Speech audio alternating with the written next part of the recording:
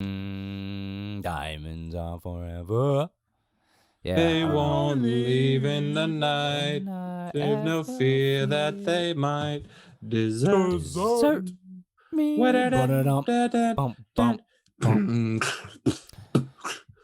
Throw your diamonds in the sky if you feel the vibe.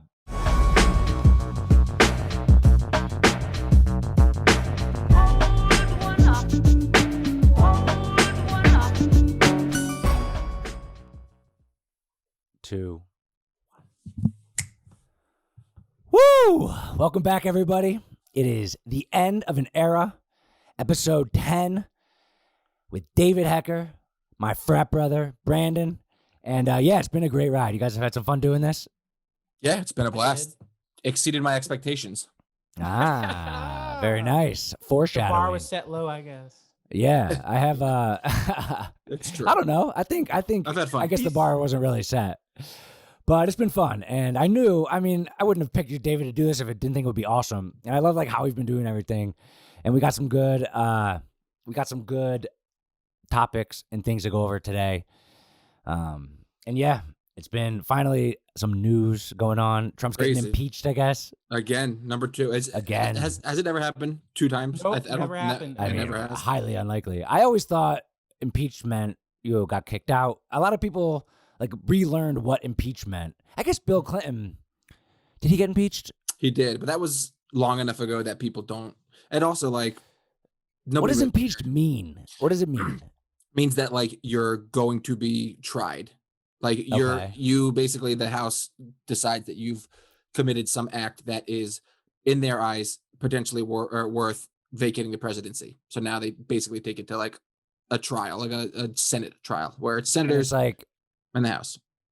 And what is high crimes and misdemeanors? Isn't that part of like, is that to get impeached or something like that? I think so. I think in their eyes that he has committed some sort of it's always like confusing really and a little political. I mean, the thing I would say is there's only like 12 days left or 10 days. McConnell not a lot said. of time left. He's like, the inauguration's coming, so why do you impeach him? And then people are saying, well, Trump put in Amy Cohen, what's her name? Barrett, yeah, like why? Like 65 million people already voted. Like, so. Well, I think the big thing is if he is impeached or if they vote that he was guilty or whatever the thing is, he can't vote or he can't run again. And that's the purpose of doing which it. At this point I don't see happening. I don't the guy always exceeds expectations about what he's going to do. Oh my God, imagine if he ran again. It would just be so silly. And I think he would have had a decent shot before all this craziness. I think that he has kind of screwed the pooch, in my opinion. I think he would have to run on his own party. I think the Republicans are done with him. Like after this, like. Well, they were done with him before he won the primary, and before the last election, everyone hated him, and then he beat them, and now they're like, "Well, it's our only shot." But it's a crazy time. He's definitely going down in flames, and we'll see how like ages. But it's kind of funny that he's going down in flames. I mean, I don't think he's trying to be funny. I heard he's like disappointed at the White House and just sad, and he can't get any like lawyers to defend him except for Rudy Giuliani, apparently. Which I always thought that was a bad luck, having him be the one that was being the lawyer for all these trials about the election and the fraud. And can we talk about what a joke he is? I mean, what a mess. Rudy Giuliani. He's the perfect person to represent Trump. Why did he get involved before all this? Like, he had been spouting off a little bit, but really what he was remembered as is like the guy who unified New York after 9/11. He was the mayor of New York City during 9/11. So, I think that he was looked at pretty favorably. He was like a great mayor. He also got rid of the mob. He did a lot of things. He made New York City into like the Times Square that it is today. Yeah, he always had a great legacy. And then he just kind of came on and was in Trump's goon. He's melting on TV and scheduling press conferences at the Four Seasons Total Landscaping in Philadelphia. Like literally farting, eating his boogers, having hair dye drip from his hair on TV. Like, is he just thinking, touching his genitals around women? Like, yeah. On Borat. Like, is he just thinking like, because Jimmy Fallon is like always making jokes about him all the time. It's like his favorite guy. Is he just thinking, hey, whatever, I'm in the public spotlight again. People are talking about me on the late night comedy shows. I'm in the news again. Like, hey, you know, I had a great legacy. Now people are still talking about me. Like, yeah, I'm just having fun. He's making a ton of money. And also, I think that like he was maybe tying himself to who he thought would be the president for the next 4 years. And that's a very powerful person. And who's the press secretary? What's her name? Kayla McEnany, something like that. That blonde. That's a shame. I think she's gonna be hard to employ. I mean, she'll get a job as a talking head on like OAN, but that's what a lot of them saying. Yeah, White House. All these people are employable now. Yeah, yeah, right. Well, they made like a commitment, and they like had to put up with a lot of shit, and they were like, "I'm on Team Trump," and that was a bet. It's basically a bet, and like if it pays out, then they're very high, close to the presidency, and then if it crashes and burns into the ground, they go down with it, basically. Real quick, did you see who's running for mayor of New York? Yes, I did. Gang, baby. It's a good move. Saw his little trailer, yeah. That came out of nowhere for me. I saw that on Twitter like yesterday. Andrew Yang running for mayor of New York. I didn't know New York had a mayoral election coming up. But, dude, hell yeah. Is he running? Is de Blasio the mayor now? Mm-hmm. And he's going to be running against him? Mm-hmm. Dude, Yang is going to destroy him. Some New Yorkers don't like him though, because they said he like never really lived in New York. He never really like. I mean, he definitely has aspirations to be president, and this is a stepping stone, I'm sure. But dude, Andrew Yang is somebody that I can get behind as long as he stays like pretty centered. He doesn't go too far out there on like social justice, left wing crazy stuff, but he's different as far as he thinks about new ideas. Like he brings an entrepreneurial perspective, and he brings up topics that no one ever thinks of, and I love that about him.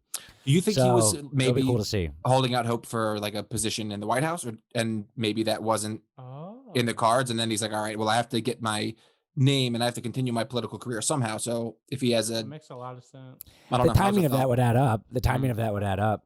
So I don't know, but mayor of New York, the biggest city in America, like I think that could be a good move for him. And I mean, New York it's in big trouble right now. I mean, everyone moving out, obviously the virus, a lot of problems in New York. So if he can crush it and he's not the next Democratic candidate, I'll be very surprised. Right. Whether it's it'll be 8 years now, because this ticket, even if Biden dies, or it'll still be like then it will be Kamala. It'll be this current ticket will definitely run again in 4 years. Mm-hmm. So 8 years. I mean, yeah, it'll be interesting to see. But yeah, all right, we ready for this first topic? Yeah, let's do it. Excited, Brandon. What is it? All right, question 1. What are like the top 4 things that did not match your expectations? Take it away. So this can go either way, right? It can go either exceeded or didn't live up to expectations, right? Okay. Oh, wow. Okay. That's how I took it. Okay, yeah. I mean, I picked things that like specifically either really exceeded expectations or really didn't exceed expectations. Right. But hey, you can do whatever you want with this. Okay. Well, that's kind of what I just said. But all right, I'll go with an obvious one. I think a lot of people can relate to this. Anyone who watched the show will relate to it. Is the final season of Game of Thrones. Oh, yeah. Was like the most disappointing thing in the world. Did either of you guys watch? Yes. I watched it all, yes. Yeah. I got on the Game of Thrones bandwagon very late, but I was all caught up by the final season, and I thought the final season was good overall. When they killed the Night King, that was pretty cool. I ain't gonna lie, that episode. But if we're gonna hash this all out, I'm ready to. They did it fast, but they just did it. A great episode. Like the whole show was leading up to this crazy battle with the Night King, and then it just ended in one episode, and like they just killed him with no. Dude, the battle, I think that battle lived up to expectations. It was wild. I mean, the battle itself, wild. sure, the battle itself, but the story, like that's it. That's it.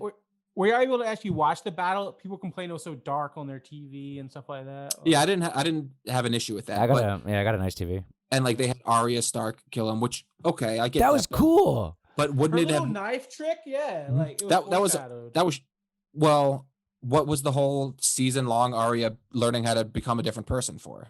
Just for I never really liked that storyline. And they picked Brandon to be the king after everything. Okay, so that part is a letdown. That part is a letdown.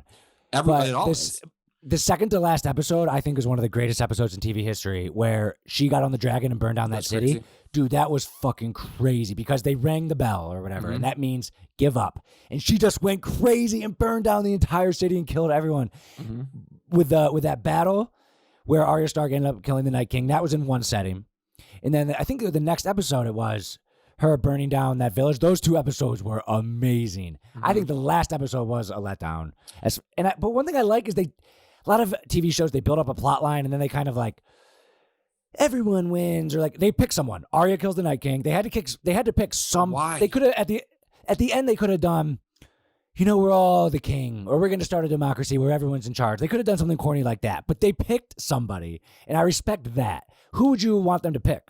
Jon Snow for both. Jon Snow should have killed the Night King. Jon Snow should have killed the Night King. There's no question about it. And it shouldn't have been some behind the back, like how Arya did. It should have been like a huge battle, like this big epic thing. It was so uneventful. And then it ended. And like all of this drama, winter's coming. And like, oh no, but we could just beat them in a battle. We just beat them. Well, it wasn't easy to kill the Night King. She did like a super cool trick. And they were losing. It wasn't that cool of a trick. She like jumped and dropped the knife and caught it. But it was super disappointing. That, and then obviously the last, I mean, I'm fine with them choosing to have gone that way with where Dany burned down the city, but like it didn't make sense. Like, and like the way that Cersei died didn't make sense. Like just getting crumbled by the building. It was so uneventful. It was poetic. It was poetic. She was with her lover and her brother, and they were in the castle that they always ruled in. They should have just crumbled underneath it. It was a poetic. She died by the house she stood for. Like, I get that, but she should have been like. She should have died. Arya should have killed her. And Jon Snow. I think people who were writing it, they saw so much symbolism, and then it didn't. I gotta say, there's never been a moment on a TV show where I was more on the edge of my seat than when Dany lost it and ignored the bells. And I feel weird calling her Dany. I just called her that because you called her that. But I'm fine with that. Don't you shouldn't she have then flown up to the King's Landing, the palace? She lost it. She snapped. But why didn't she go get Cersei and then kill the people? Like they could have done so many more cool things that they just didn't. Like, I'm fine with her, the way that she went and her turning dark. That makes sense to me. But they just like rushed to it and nothing. And the whole thing was disappointing. I was so unhappy with the way it ended. Because do you remember in the first season, it took like a full season for somebody to go from my God, so good. Winterfell to King's Landing. The journey took a whole season. They did it twice in one episode. It was based off the book material, and that's the problem. Like, right? They wrapped up some storylines, which I appreciate. Way too. I don't like leaving hanging storylines. And then the reason they did it so quickly, real quick, was because the showrunners went to go do Star Wars, and then they got fired. Really? And then they got fired. So just a joke, but. I love the show. Terrible ending. It was one of the best production, like big budget TV shows of all time. So I would say, like final season, final episode, the expectations were very high, and you think the final season didn't meet your expectations? Absolutely. Yeah. Okay. Absolutely. Right. Yeah. Like I think the final episode didn't meet my expectations, but I think the final season overall did meet my expectations. But yeah, a lot of people had opinions on that, and picking Bran was so weird. And why? He's the most pure. He's the one without sin. So he's like the best, like the role. Can't even walk. I mean, Jon Snow was the obvious. Anybody. Jon Snow was the obvious. Anybody. Sansa. Anybody. Brandon is the worst character in the whole show. It makes no sense. He spends most of the time with his eyes rolled in the back of his head, just like sitting there with a bird flying around. But yeah, all right. That's a good one. Okay. My first one is something that had super high expectations and then ended up not meeting the expectations. And it was, and I want to see if you guys remember this. Coley 2012. You guys remember this? All right, so I actually had to kind of research a little bit to refresh my memory. Brandon, do you know what Coley 2012 is? Did he run against Obama? No. Okay. All right. Okay. So in 2012, there was this documentary that came out, and it was produced by Invisible Children, which is an organization.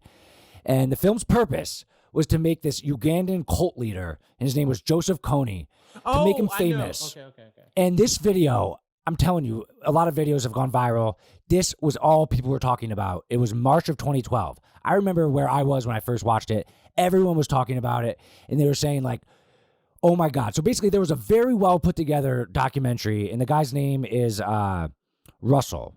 His name is Jacob Russell, and he put together this documentary, and it was like short, and it was on YouTube, and everybody saw it. And the point of it was, there's this evil person in Africa who's getting child slaves to be part of his army, and we are going to make him famous, and we are going to make sure that he's not able to do this. So the whole world like came together with this intention of ending this terrible lifestyle in Africa, and it was the most viral shared video. And even at the end of the video, they had this clip of Obama like sending troops to over there to kind of handle this issue. Now, Obama had kind of done that before this video came out, but it was a huge, huge objective, and it was to stop Coney. So he's like, let's make him famous so that he can't get away with anything. And dude, I remember how viral it was. It was, I guess huge. It was 9 years ago now, closer to 9 years ago now. Also for us, viral. It was, we had somebody in our fraternity that was like very passionate about it. So I don't know if you're going to get into that, but like we heard all about these invisible kids and their invisible backpacks and all of that. So our joke was one person in our fraternity was trying to get us all to like be part of Invisible Children. And every time he would stand up at the chapter meeting, we'd be like, it was Sean O'Neill. We're like, yo, Sean, like how many invisible children are up there with you right now? Like, oh my God. I mean, it was pretty funny, but like just send invisible help. Yeah. And that was a funny joke, but point of it was so popular that even like he's trying to get his fraternity to get behind it for charity. So high expectations of like ending the problems in Africa. Everyone that shared it felt that they had done a little something good. And celebrities, so many celebrities got behind this and shared it. Justin Bieber, there was like a big long list of celebrities. It was very viral. #1 news story. So this was March 5th, 2012. And on March 16th, Jason Russell, it had more than 100 million views during the past week. He got arrested for allegedly masturbating in public and vandalizing cars. And that was like, everyone was like, what? Okay. And that was just, he was very much the face of it because in the beginning he had done a little bit where he had his kid there and he kind of personalized it as the creator of the documentary. And I say documentary, but it was a 8-minute YouTube video. It was very watchable, very shareable, very viral sensation. And so that kind of put it down the drain a little bit. So, and another thing is since the video's release, like Invisible Children, they had a lot of criticism for oversimplifying the events of the region. And they've been accused of slacktivism, which one donates and takes actions, but there's little to no effect beyond like making one feel like they contributed. Right. Like someone feels like they gave money. So they actually didn't do anything with this money.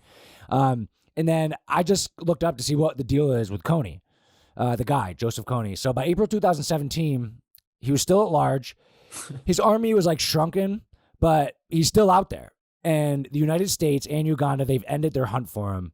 And they believe like he's not at risk anymore. But what a letdown. The whole world had the expectations that they were going to end these problems in Africa. And this was 2012. And the guy's still out there safe. That's hard to imagine. All because the organizer like ate bath salts. I think that's what happened. That's why It was, I thought when I looked back at the story today, thinking about it, I thought it was so interesting. It was 11 days later. So during those 11 days, he had probably so much on top of the world emotion. Well, emotion, because he also got probably a little criticism when anything goes that viral. Mm-hmm. And I think some of the criticism was, where's this money going? And blah, blah, blah. Fair. Oh yeah, the foundation. But mostly on top of the world. Mostly on top of the world. He created something that the whole world is now paying attention to. The world was under his fingertips. He was the most famous person in the world for a week in March in 2012.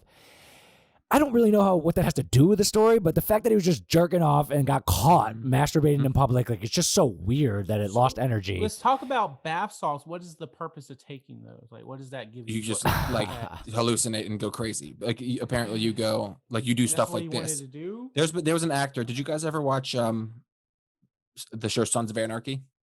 Yeah, I got into it a little bit. I don't know. There was an actor from like one of the first seasons, and he died because he was on bath salts, and he like jumped off his roof. Like you hear about people people eating faces off people. You go crazy. Yeah, I guess you never hear about all the times people have a great time. So maybe like sometimes it's awesome. It's just like doing like coke or something. And it's really good.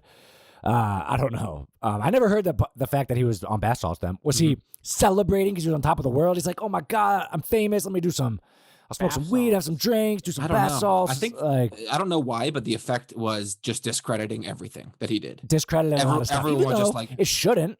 Right. But okay, yeah. But I thought the biggest thing that didn't meet expectations was the fact that the guy's still out there. Chilling. Yeah, right. Nothing. And we stopped looking for him. Yeah, well, so Coney 2022. Yeah. So he's still out there. Something that the whole world had expectations of doing something good, ending this huge problem, getting rid of this evil man who enslaving children and ruining their lives, and he's still out there. And our expectations were not met. They were very much not exceeded by any means. So I thought that was a good one to kind of rehash, and people forget about it. It's kind of how a viral thing might go. But when you have a very clear objective like that, you want to have an ending, and this one didn't. So Coney 2012, that's my first one. Love it. Cool. So my second one is, this is a little bit personal, and I think people can take it their own way. But for me, it was my first iPod Touch, or like for a lot of people, probably iPhone. So I remember before getting it, I was like, oh, this is cool. It's like a touchscreen. Like touchscreen stuff had never really worked all that well before that. Do you remember like what touchscreen used to be like? It was really like delayed, and you'd have to like press the button like kind of hard, and it just never. Are you talking about the one that had the little circle wheel? No, I'm talking about the specifically. iPod Touch. Okay, the iPod Touch specifically. Okay. So going from the circle wheel to the iPod Touch was huge because for so many reasons. But again, like I was excited because it was a touchscreen, but touchscreens never really worked that well. They got really dirty. Like graphics weren't that good, whatever. And then I got it. I remember I got it for Christmas, and I was like blown away. It was everything was so sharp. Like the touchscreen worked so well. I was like, oh my, I had such maybe medium expectations. I just needed a new iPod. You could go online with. Yeah, stuff. I was going to say that. I was just going to say that. That had never been. You never had anything in your pocket that could do that. Well, at this point, it was like a little bit harder to go online because you needed Wi-Fi was not readily accessible. This was like 2007, so like you'd have to be in school or at home or whatever. But it was more so the fact that like this little thing, this iPod, was now way more. It could do so many things. It could go on YouTube, and remember what the YouTube app used to look like? It was at like Brown TV, and it was just like everything at your fingertips. And then it was basically an iPhone without the that was essentially the iPhone, right, dude. That was like a world-changing moment. Companies needed to start changing their websites to be mobile friendly, and it took a long time. Internet world, so that was huge. Also, just like having that accessibility, being able to Google things as long as you had a Wi-Fi network. Like it wasn't perfect, but it was damn close. And being able to have it was like I would go on these not torrenting websites, but websites where you could like download video. So I had like movies and stuff on my iPod, and it was just a complete game changer. And before this one, an iPod was just for listening to music. That's it. And it was revolutionary to go from CDs to that. Which was still awesome, yeah. But like this was bigger jump. Yep, and it was thinner and just so sleek. And then, you were just thinking when you got it, your expectations were just that you were getting an new iPod to listen to music. Yeah, and like I knew I had heard some stuff about it, but even that was like it was harder to. You didn't really hear about like all this technology as easily because you didn't have it. You know what I mean? So it's kind of like self-fulfilling. So you would like read something on a crummy website, but it would be completely different. And then getting it, and I was blown away completely. The games are amazing, like Angry Birds, all this stuff. Oh yeah. And then obviously the iPhone came and just changed the world. Do you remember our friend John had the first generation iPhone, and I remember he was like one of a few people that I knew that most of us had Blackberries at that time. With BBM was like BlackBerry messages was kind of like we would like have a few people and different BBMs. And Blackberries were pretty cool themselves. But then within a year and a half, 2 years, every single person no one had it. I remember when I got an iPhone for the first time, how pumped I was. Because I was going from BlackBerry to iPhone. And I remember one of the big things was like on a BlackBerry, when you're typing, you can like hear the clicking, and it's like annoying. And then with iPhone, you can like the touchscreen, you can turn off the sound and you don't hear the clicking. Right. And dude, that was the world basically kind of changed at that moment there. And it started with that iPod Touch, and then that basically became the phone. And the music itself was awesome too. They had the cover art while you're listening. Like it was just awesome. It's a complete game changer. And I expected it to be a step up, but like I'm waiting for that next thing still. After like 15 years, we haven't gotten. It has to be a brain chip, like what? Physical. Whatever. And I'll take this opportunity. I wasn't gonna say this one, but one of the things that exceeded my expectation was AirPods. Yeah, agreed. And I remember I was talking to you, and you're like, "What's the big deal?" And like I was like, "Dude, they're gonna change your life." Change your life. And like I think AirPods are one of the most underrated. Everyone has them now. Everyone loves them, but people don't appreciate how amazing they are because unless they have them. Until they have them. Anyone who doesn't have them. Like they're like, what's the point? I mean, these cords don't bother me. Right. Like, oh my God. The fact that you can get up and walk away and come back and still be listening to this stuff. Like AirPods, I thought about doing that. I didn't think it was worthy enough of this list, but since you brought that up, I thought AirPods are one of the things that exceeded my expectations. I almost did. And one last thing about AirPods is like that part, the wireless part, is like the least game-changing thing for me. It's like how smart they are. And like they stop playing music when you take them out, put them in. Yeah. They're amazing. They're amazing. Yeah. Also, now I can watch TV. If Lauren's sleeping, I can watch TV with them on and like Apple TV, and I can listen my head. I know it's a small thing, but they're just very smart. Yeah, dude, that's amazing. Because if you would have, you're talking about watching it on the TV.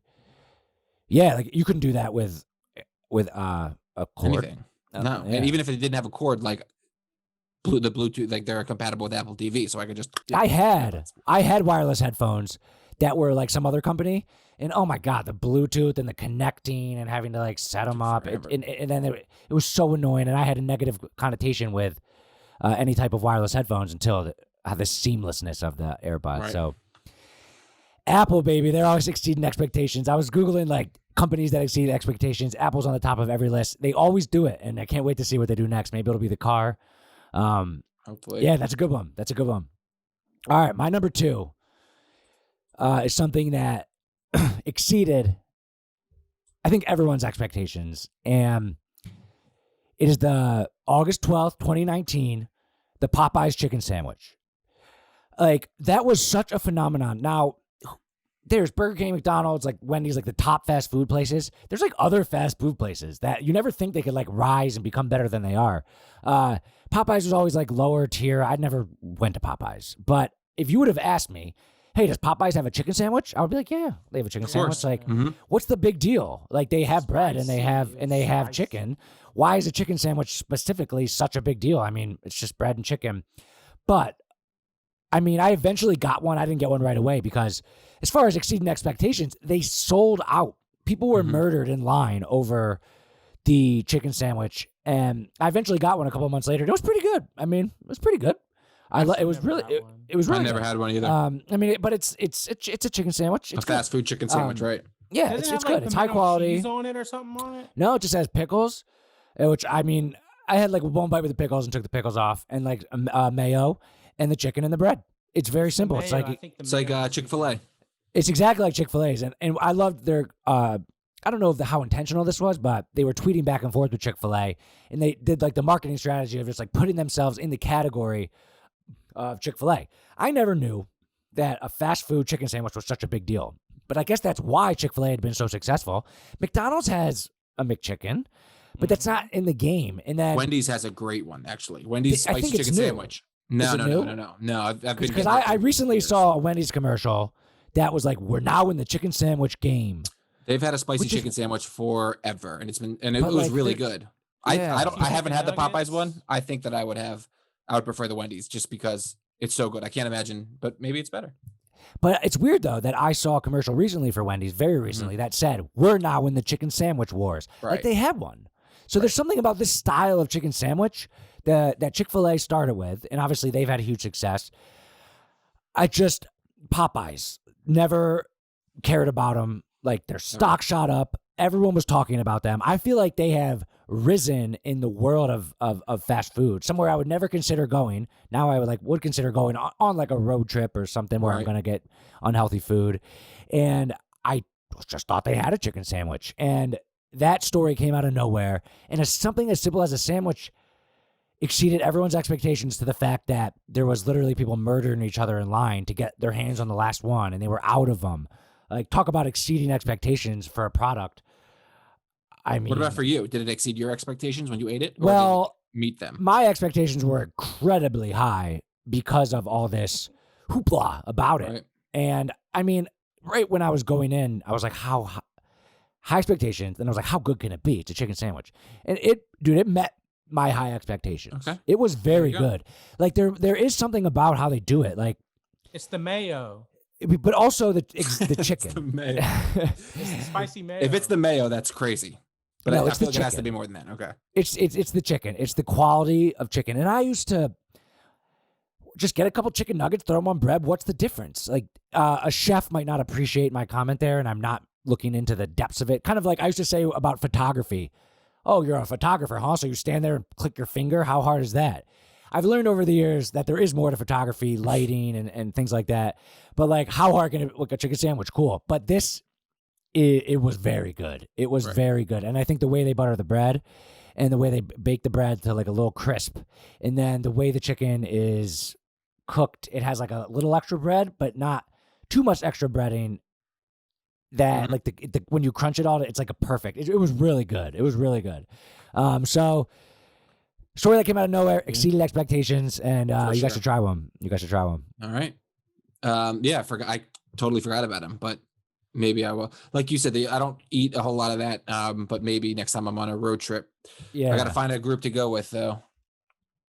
Wink, wink. All right. Come down to South Carolina. Yeah, really. All right. I will go with so I wasn't here for this, but I think this has to be said. It's like the most notable thing that I think fits this category. And it's Firefest. The Fire Festival. Right? Documentary. Yeah. That's a great one. Yeah. I mean, that's like one of my favorite stories of all time. This guy, Billy McFarland, just a complete like bozo. That's white. Yeah. I mean, Ja Rule being involved from soup to nuts, everything. And then how did they not? I'm assuming everybody knows what Firefest is. If you don't, it was sold as this like it's a music festival, all-inclusive resort in the Bahamas. That's like absolute luxury. I think it was like $10,000 a ticket, and you live in luxury. You eat the best food, you party with the best alcohol, and it's the most beautiful people around you. And bands, top Tons performers. of celebrities are gonna be there. You live like the life that I think they sold it as basically like Kendall Jenner. They paid millions of dollars in marketing to these Instagram influencers to promote it, and they had that big orange that burnt orange screen that was like Firefest. So everybody was excited. All these people paid $10,000 and they land, and there's nothing. They don't have stages. They don't have any. They're sleeping in like FEMA tents, like literally tents. They have their food is styrofoam containers with white bread and like tomatoes, sweaty tomatoes and lettuce. All of the bands and performers canceled, and oh my it god, rained like all the time, and they didn't cancel it. They continued. Like they knew we should have canceled it, but he's like, we're gonna pull this thing together. At the very least, a week before, they could have been like, okay, this isn't happening, but they didn't. I forget like what happened that it all didn't happen. He just didn't have the money or something. They like got that. the money and they already used it or something like that. They went and had an amazing time and spent all this money in the Bahamas, and they were like, wouldn't it be awesome if we can share this experience with other people? How do we do that? Oh, a music festival. And then I think that was it. And they marketed it, and they're like, "But how?" Their marketing was incredible. You got to give them that. It was for sure, but there was no product. There was nothing. They were marketing something that didn't exist. So that is what happened. Just imagine the people that get off that plane and they're ready for this luxury moment. They paid so much, and by the end, they're like, "Get me off this island. We're gonna die." They couldn't get off the island. They said it was on a private island, and it wasn't. It was like the parking lot of a huge resort. So even had they pulled it off, people would be like, all right, this is not what I was promised. I mean, everything about it was amazing. And then they did 2 documentaries. Hulu did one, Netflix did one, and they were both really well done, I thought. I thought it was so weird how they released 2 competing streaming services, released a documentary about the same event, like at the same time. Yeah. That was very weird. I watched them both because I watched one. I was like, I need more. I need it. And it was I think the Netflix one was more about like fuck Jerry Brandon, the marketing behind it and how they were like in the wrong kind of. And then the other one was more, but the aftermath call where they're like, they all get on a conference call, all the powers would be, and they're like, all right, we got to put the pieces back together. And people were like, what do you mean? And then someone was like, this is fraud. And Ja Rule chimes in, nah, it's not fraud. It's not fraud. All right, what would you call it? False advertising. It's like, what are we doing here? It was just amazing. And when this premise came up and I was thinking I think that it had to have been said. I love it. I have like a rule where I can't dislike people that are more successful than me. So like Billy McFarland is somebody who, I mean, everybody knows him. Like he pulled this thing off, but like now he's in jail and like he is an idiot. And I don't like to call people that are like famous and like successful idiots in any way. But like he is actually an idiot. Like he has some skills there with the marketing stuff that he did, the way to draw this many people in, But like even before that, he would like sell concert tickets to a concert that didn't exist, and then he would like get money and then have to refund people. It's like, oh, how am I going to refund them? I'll just start another concert where I have to make up it up. And he was just he would sell tickets that he didn't have, and then sell tickets that he didn't have for events that when he got there to buy the tickets that he had already sold that didn't exist. Right? No, that like the concerts existed. He like sold a bunch of tickets to a show that he did not actually have, and then I think eventually then he ended up even making up a show. But like then he would spend the money that he got, and then he had to pay those people back. So he's like, how am I going to get this money? All right, let's do it again. But he pulled it off, and he was able to sell this like idea of like luxury and living like the Kardashian kids, and then and he did that well, but he didn't deliver on anything. So for the person that had expectations of this event that he sold, they get their friends together, they get on a plane. Their expectations when they land have to be the furthest off expectations from what they were expecting. And Billy McFarlane, man, no, we'll pull it off. It'll come together. Just all crashing on him. Oh, that's a great one. That's a great one. All right. My number 3 is more of a personal one, and it's something that never meets my expectations, and I'm watching The Sopranos now. So The Sopranos, I like it, but specifically all mob movies and all mob TV shows and movies, and like The Sopranos and The Godfather and Scarface, every movie that is ever about the mob, I'm always disappointed by it, and it doesn't meet my expectations. And I think it's mostly because like I hate the mob. I hate like not because like they do anything wrong. I don't morally hate what they do, whatever. Like I just there's something about the mob that is so shitty.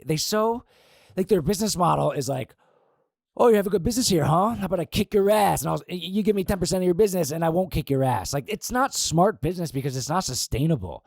And like I just don't respect them as businessmen. Like people think of the vision of a mob as like this rich, like successful kind of like sly businessman who breaks the rules and breaks some legs if you mess with them.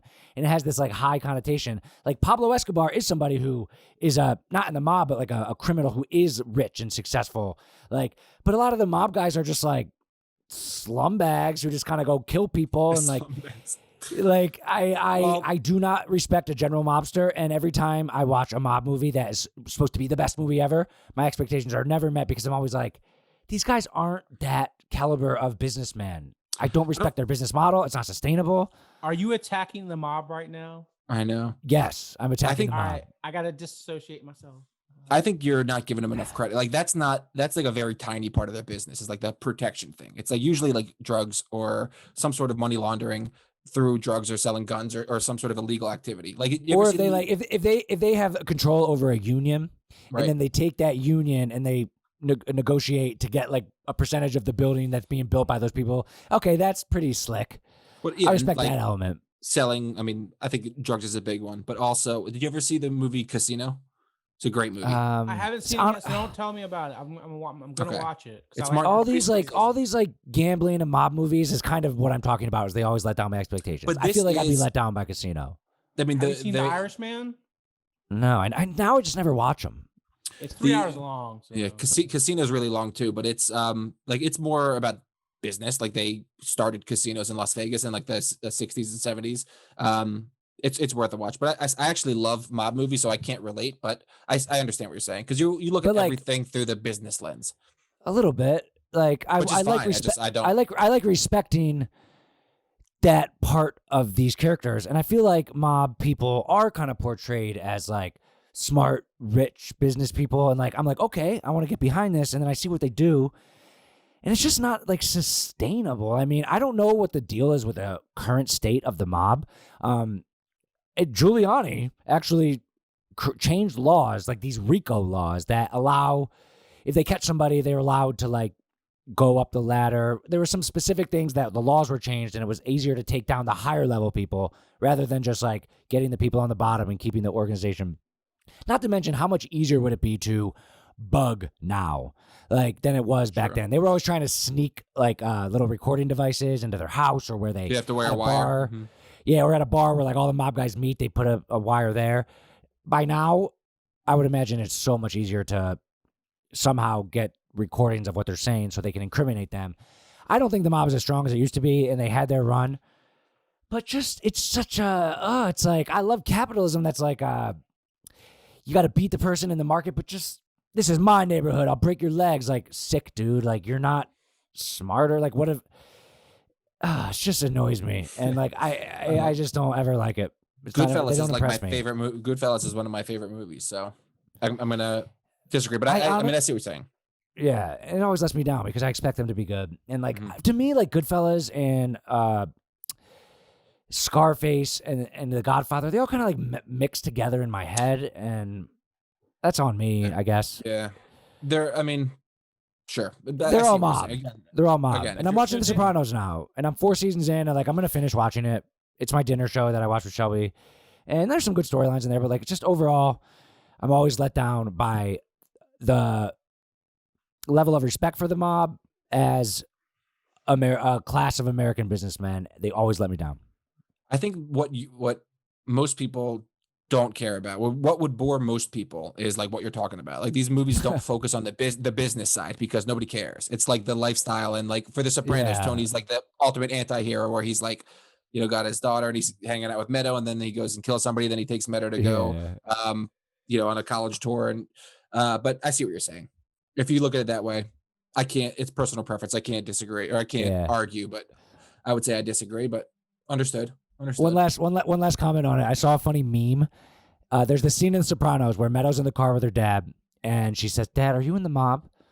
And that is a famous scene, right? So I saw a meme of Meadow in the car with her dad, and on the bottom it says, "Dad, did you used to have a podcast?"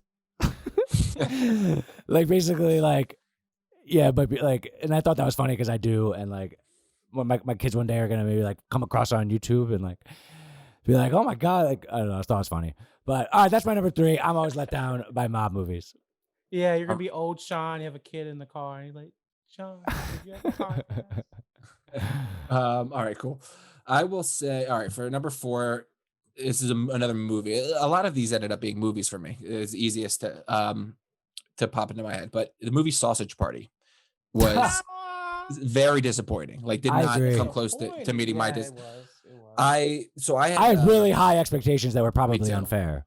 Me too. And I had heard he was on Seth Rogen was on Howard Stern like 4 years before the movie came out, and he was like, I have this idea. We're starting to like make it. It's going to be years and years till it comes out, and explain the premise. And it sounded so funny. And like I think the premise of it is funny. The trailer was really funny. Yes. But the movie itself wasn't. I can't really explain why. It was like a little bit too stupid. What were y'all expecting? That's what I was expecting, like a super bad or like a knocked up, like something that was going to be a timeless story with cartoons. Right. Everything that he had done to that point was so funny, and the premise of it was hilarious. Where like they, you know, everyone's celebrating, the vegetables all celebrating, and then they see the potato getting like peeled, and they're like, "What?" But there wasn't really that much to it. I don't know. It did have was an like a little amazing bit trailer. too stupid. It's a story. Yeah, it was too stupid, and like it had a lot of these like racial elements to it. Like all the foods were different races, and then the one part where like the kid took mushrooms, and then he was able to like communicate with them. I thought that was kind of dumb. And then there was like the giant sex scene at the end, which it was kind of shocking and I guess funny if you look at it from that point of view. But like, it didn't have the situational humor that I expected it to have. Right. Like, it was more like a felt like a long TV show.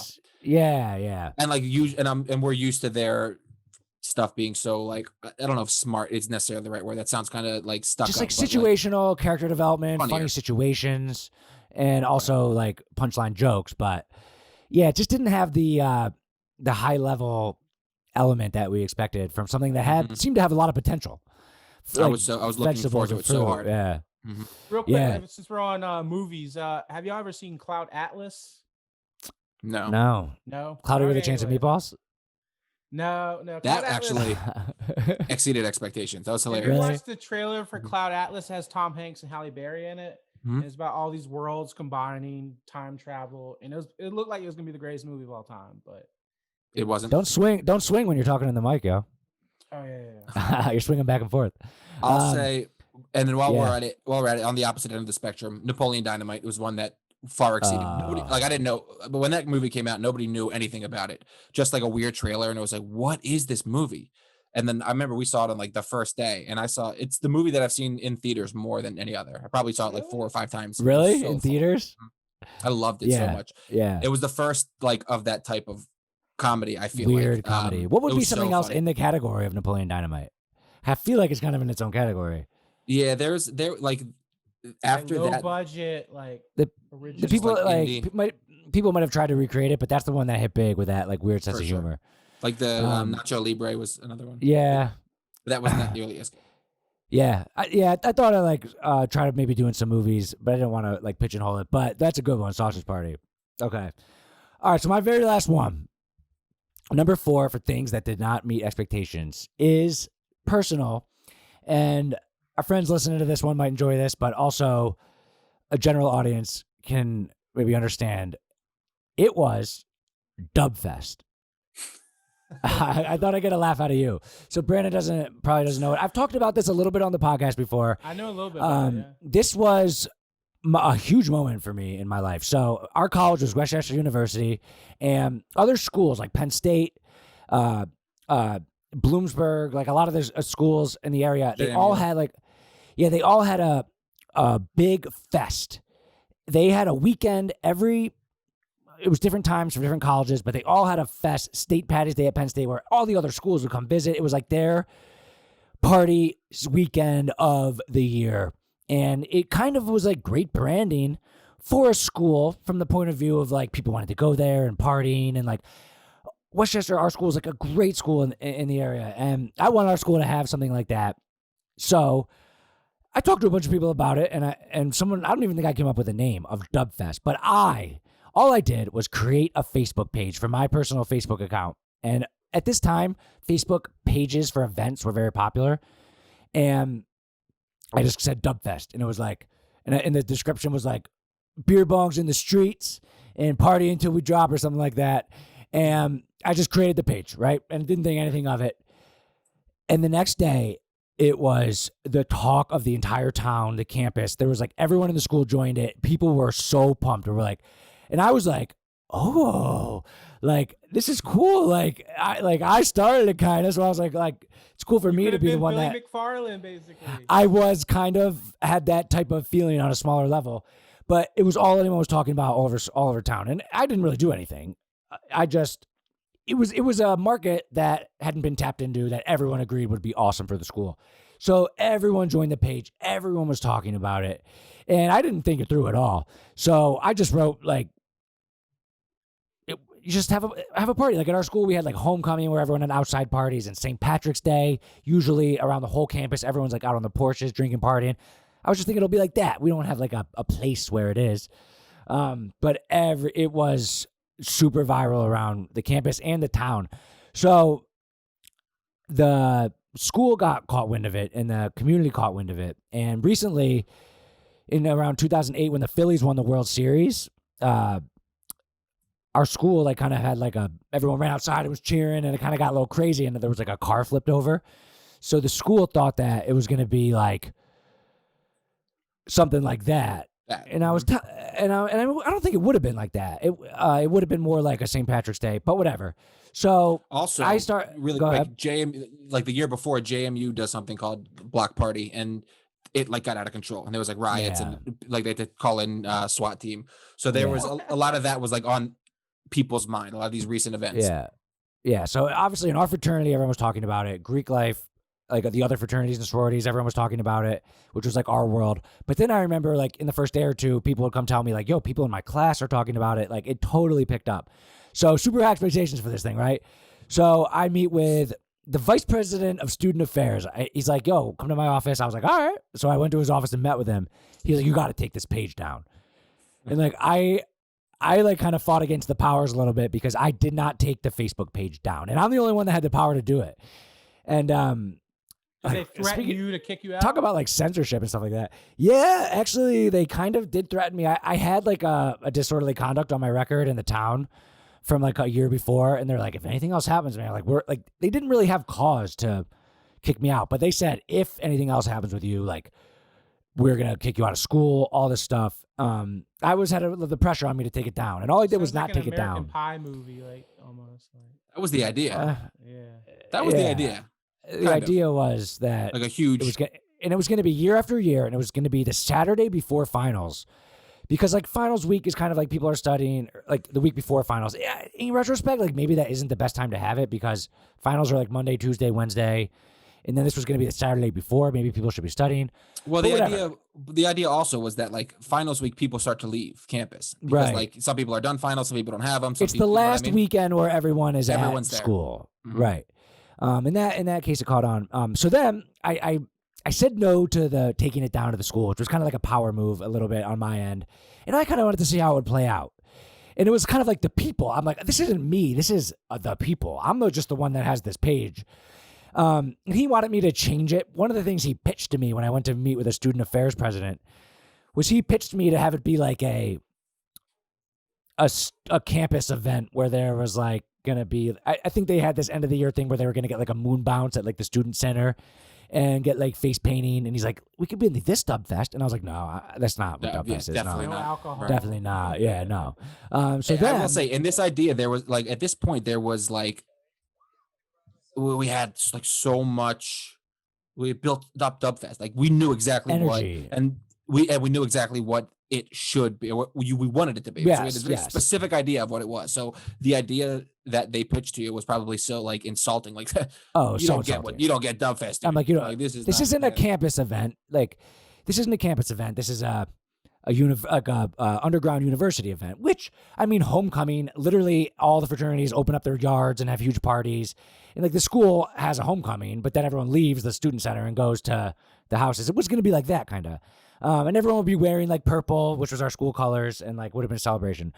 So then the community, the town gets involved. So I meet with the mayor of Westchester. I go up to the town and meet with the mayor. And what she says to me is, oh, you're really good at social media, huh? I am putting together a social media board for the town, and I thought maybe you would want to get on it. I was like, yeah, sure. She was just trying to get on my good side. And then eventually she came with the ask of, she wanted me to take it down. And I said, I don't know. Like, I don't think I'm going to take it down. Like, so I met with the mayor and one of the highest up in the student center. And all I said was no to them. And I remember people come up to me. So then like the propaganda from like some of the kids who were like student leaders and like knew these people. You said no to the mayor's face. I just said like, yeah, I mean, I think I'm going to leave it up because your mom didn't teach you respect for your elders. That wasn't the case. I mean, they were trying to strong arm me into deleting this page and like, this is America. Like, and it's funny that we're actually going to get into censorship. Mode, so, I mean, I was like, no. Imagine if the story is the entire student body is like ready for this event, and I fall under the power of the mayor and shut it down. Like, sell out. You couldn't. Yeah, like no. I'm like, this is not about me. This is about the voice of the voice of the people. Dubfest. And I think one of the taglines was like, it's an idea. It's more than it's a movement. Yeah. And like then this one guy on campus started selling shirts. This guy called the Ram King, who made all shirts for the fraternities and stuff. He started like selling all these shirts, and he was making a bunch of money because people were buying the shirts, which made the school and the town more nervous. And then there was this blog, this local community blogger named Joe Norley, who every day went on, wrote a blog, and slandered me. And this is also the type of guy that would go to like the community events, like the town halls that the local. Sounds like a nerd. He was like a character from Parks and Rec. Yeah. Oh my, that is perfect. The people who go to the town meetings and like complain about everything and have something to say at the public forum in the town. He was at all of these, just in the front row. Always up in arms. Always up in arms about something. For years, if you Googled my name, the first image that would come up was a guy with a condom over his head, because he would write articles about me, about how I was a piece of shit and just some spoiled college kid. He looked at me as a representation of the college kid who leaks out into the town, sometimes causes a little ruckus, like a broken window or beer bottles on the ground. That's how he looked at me. So he just fucking slandered me. But then people were getting on the blog and like kind of defending me, half against me. All I did was just not delete this Facebook page. Wait, there was a picture of you with a condom on you? Yeah, because like that was what he put. It wasn't as really his strong. article. It was like a stock image. It wasn't me. It was a Oh. stock image of like some idiot college kid. Okay. But since I was like in the article, They just assume like. Yeah. So the time was creeping closer. Some of the kids were like asking me, "You still got that page up? We still got that page up." Some of the students were kind of starting to get like, "All right, the school doesn't want us to do it." Other students were like, "Let's do it. Let's do it." It was a huge thing, and it was getting closer and closer. So on that day, they brought in police from all the other townships to patrol the roads, and nobody partied. Every other corner had, I mean, I think every single street corner had like 3-4 cops on it. Yeah. And then people come out to be like, "Oh, thanks for ruining the last weekend of the year with all my friends, Sean." And this was like the same people that were like all about it, of course. But expected to be this big tradition where I get a statue, start a dub fest, and it goes for years on years. And maybe every Saturday before finals, I go back to the dub fest, and bars would have specials, and all the kids would party. Turns out to be absolutely nothing, where cops are on every single corner. Literally nobody could even just sit on their porch and have a beer. The least popping weekend of the whole year. By far. During all of this, I was 20, so I wasn't 21. So I was a little nervous. I remember actually went to go see a movie that day because like I didn't want to. I thought the cops would be like out looking for me, and then I kind of came back and said I didn't drink. Me and you got on the news. The news was attacking me to try to get me on the news. And I had him come down to the game, and David was like, "Dude, you should go on the news, but you got to get me on there." Mm-hmm. So I called the news. I'll be like, I'll do a news story. Only if you let my friend David come on too. And we got it. Wait, I got a question. Is this before y'all had girlfriends? Was this like a ploy to get girlfriends, like to be on the news, be popular? Like, I explained to you how I started it. No, it wasn't a ploy to do anything. It was a ploy to have this festival. But I'm just asking in general, did y'all have girlfriends at the time? No, yes. I didn't. I might have been like I might talking to Shelby. You probably did. Yeah.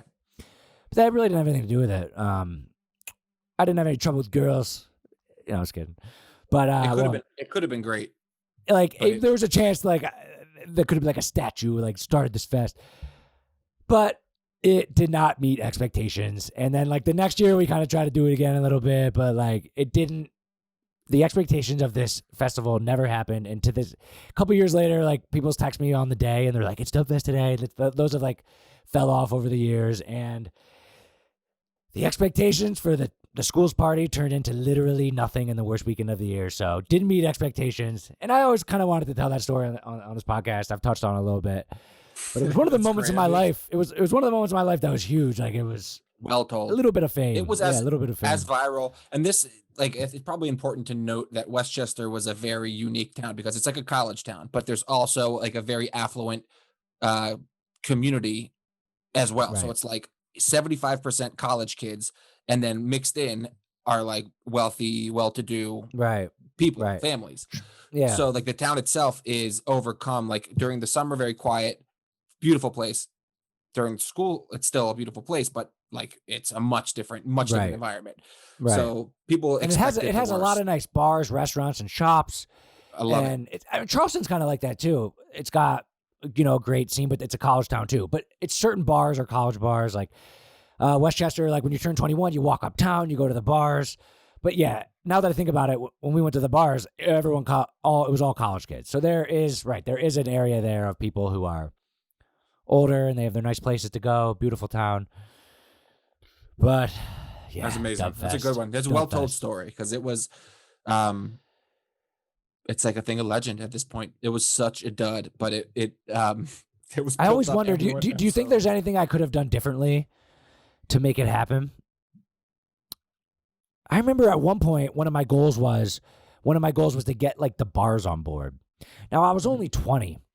But I was thinking, like, I had a list, I remember, once it was going viral. Like, I was in class. I wasn't thinking about class at all. I was just thinking about this. And I was like, I'm going to go up to the bars and get the bars to, like, have specials on that day. So, like, the bars will be into it. That'll kind of help, like, the community get behind it. It could be a big revenue-generating day for the bars. But the community and the school work together to just cut it off at its head. And they did a good job. You could have made it more secret, like, not start a page and make it, like, a secret code that everyone knows if you say this word, it's about the party. And then word of mouth would have spread, like... It just wouldn't have spread. Like the only thing that you could have done is like, I don't know. I don't think there's anything I could have done. I've thought about it over the years many times. It's better this way anyway. It's way better this way. No, it would be better. It would turn into a huge fest every year. I got my gold statue. I think that it worked out. You could have gotten a absolutely perfectly, perfectly, Sean, and your life would have been different. It was so funny the way that it went down. So I wouldn't have changed anything. I think exactly what should have happened. It was good times. All right, so yeah, that's my last one. Awesome. All right, well that's a good list, I think. Did you have any honorable mentions? I did. J-Lo's New Year's show, live TV. It was very good. There was a in January 2018 in Hawaii. Everyone got a message on their phone that said there's a nuclear bomb coming to Hawaii. Like people's expectations didn't match your expectations. And then it didn't come. So it's just like the stress in that moment. I didn't put it in there because I don't know. People thought the world was going to end in 2012. Jeremy Lin, like how good he was supposed to be after that. Like he didn't meet expectations as a player after Linsanity. LeBron saying he's going to win 7 rings with the Heat. And then that time that healthcare.gov was released, and it was such high expectations, and then the website didn't work. Those are my honorable mentions. Do you have any? I did. I talked about it already yesterday or whenever we first talked, but Segway, it was like build this invention to change the world. And I remember seeing the first demonstration, and people were like, like people were trying to convince themselves that these things were amazing and like going to revolutionize the way people walk. It's like, do you want to be sedentary and also look like a complete nerd, then this is for you. And now it's just like mall cops that use them. So that was really it. There was some like music and stuff like that. But yeah, good stuff. All right. Yeah, that's a good one. All right, Brandon, what's next? What's the next topic? All right, question 2. Recently, Trump was banned on all platforms. Let's talk about censorship, Big Brother, and the future of censorship. Censorship. I know, it's crazy. Is this the first time that it's like, this is like the biggest, like, what do we do here? What's right? What's wrong? Right? That you can remember is like, the president of the United States being kicked off Twitter and every other platform. Yeah. I don't know, Snapchat man. and Spotify. He can't even listen to music. So Twitter. Yeah, what is Instagram. Spotify doing? I guess why is Spotify? Facebook owns Spotify, right? No. Oh. Facebook owns Instagram, but also YouTube, Snapchat, and Twitch. And then I have and some other ones which so. I guess okay. I guess like after all the other options, like Trump would not be above streaming on Twitch to get his message out, to have his voice heard. So I guess I get it. What the idea of what he did, he didn't, by the record, he did not tell people to go storm the Capitol building, but it's bad. I think against democracy is bad. He definitely encouraged it. He absolutely encouraged it. So I think that I'm conflicted because I think it's a slippery slope to ban people from social media. Like this is a private company for sure. Right. But it's like social media is not, it's not really private. Like Twitter it's like going into it's important. Right. It's like going into it's like protesting, right? You can say whatever you want. Exactly. Like there will be consequences, but here's the thing. Like I think that it can be argued, and I would argue that he was encouraging and kind of inciting violence, and that you cannot do. So okay. I understand that.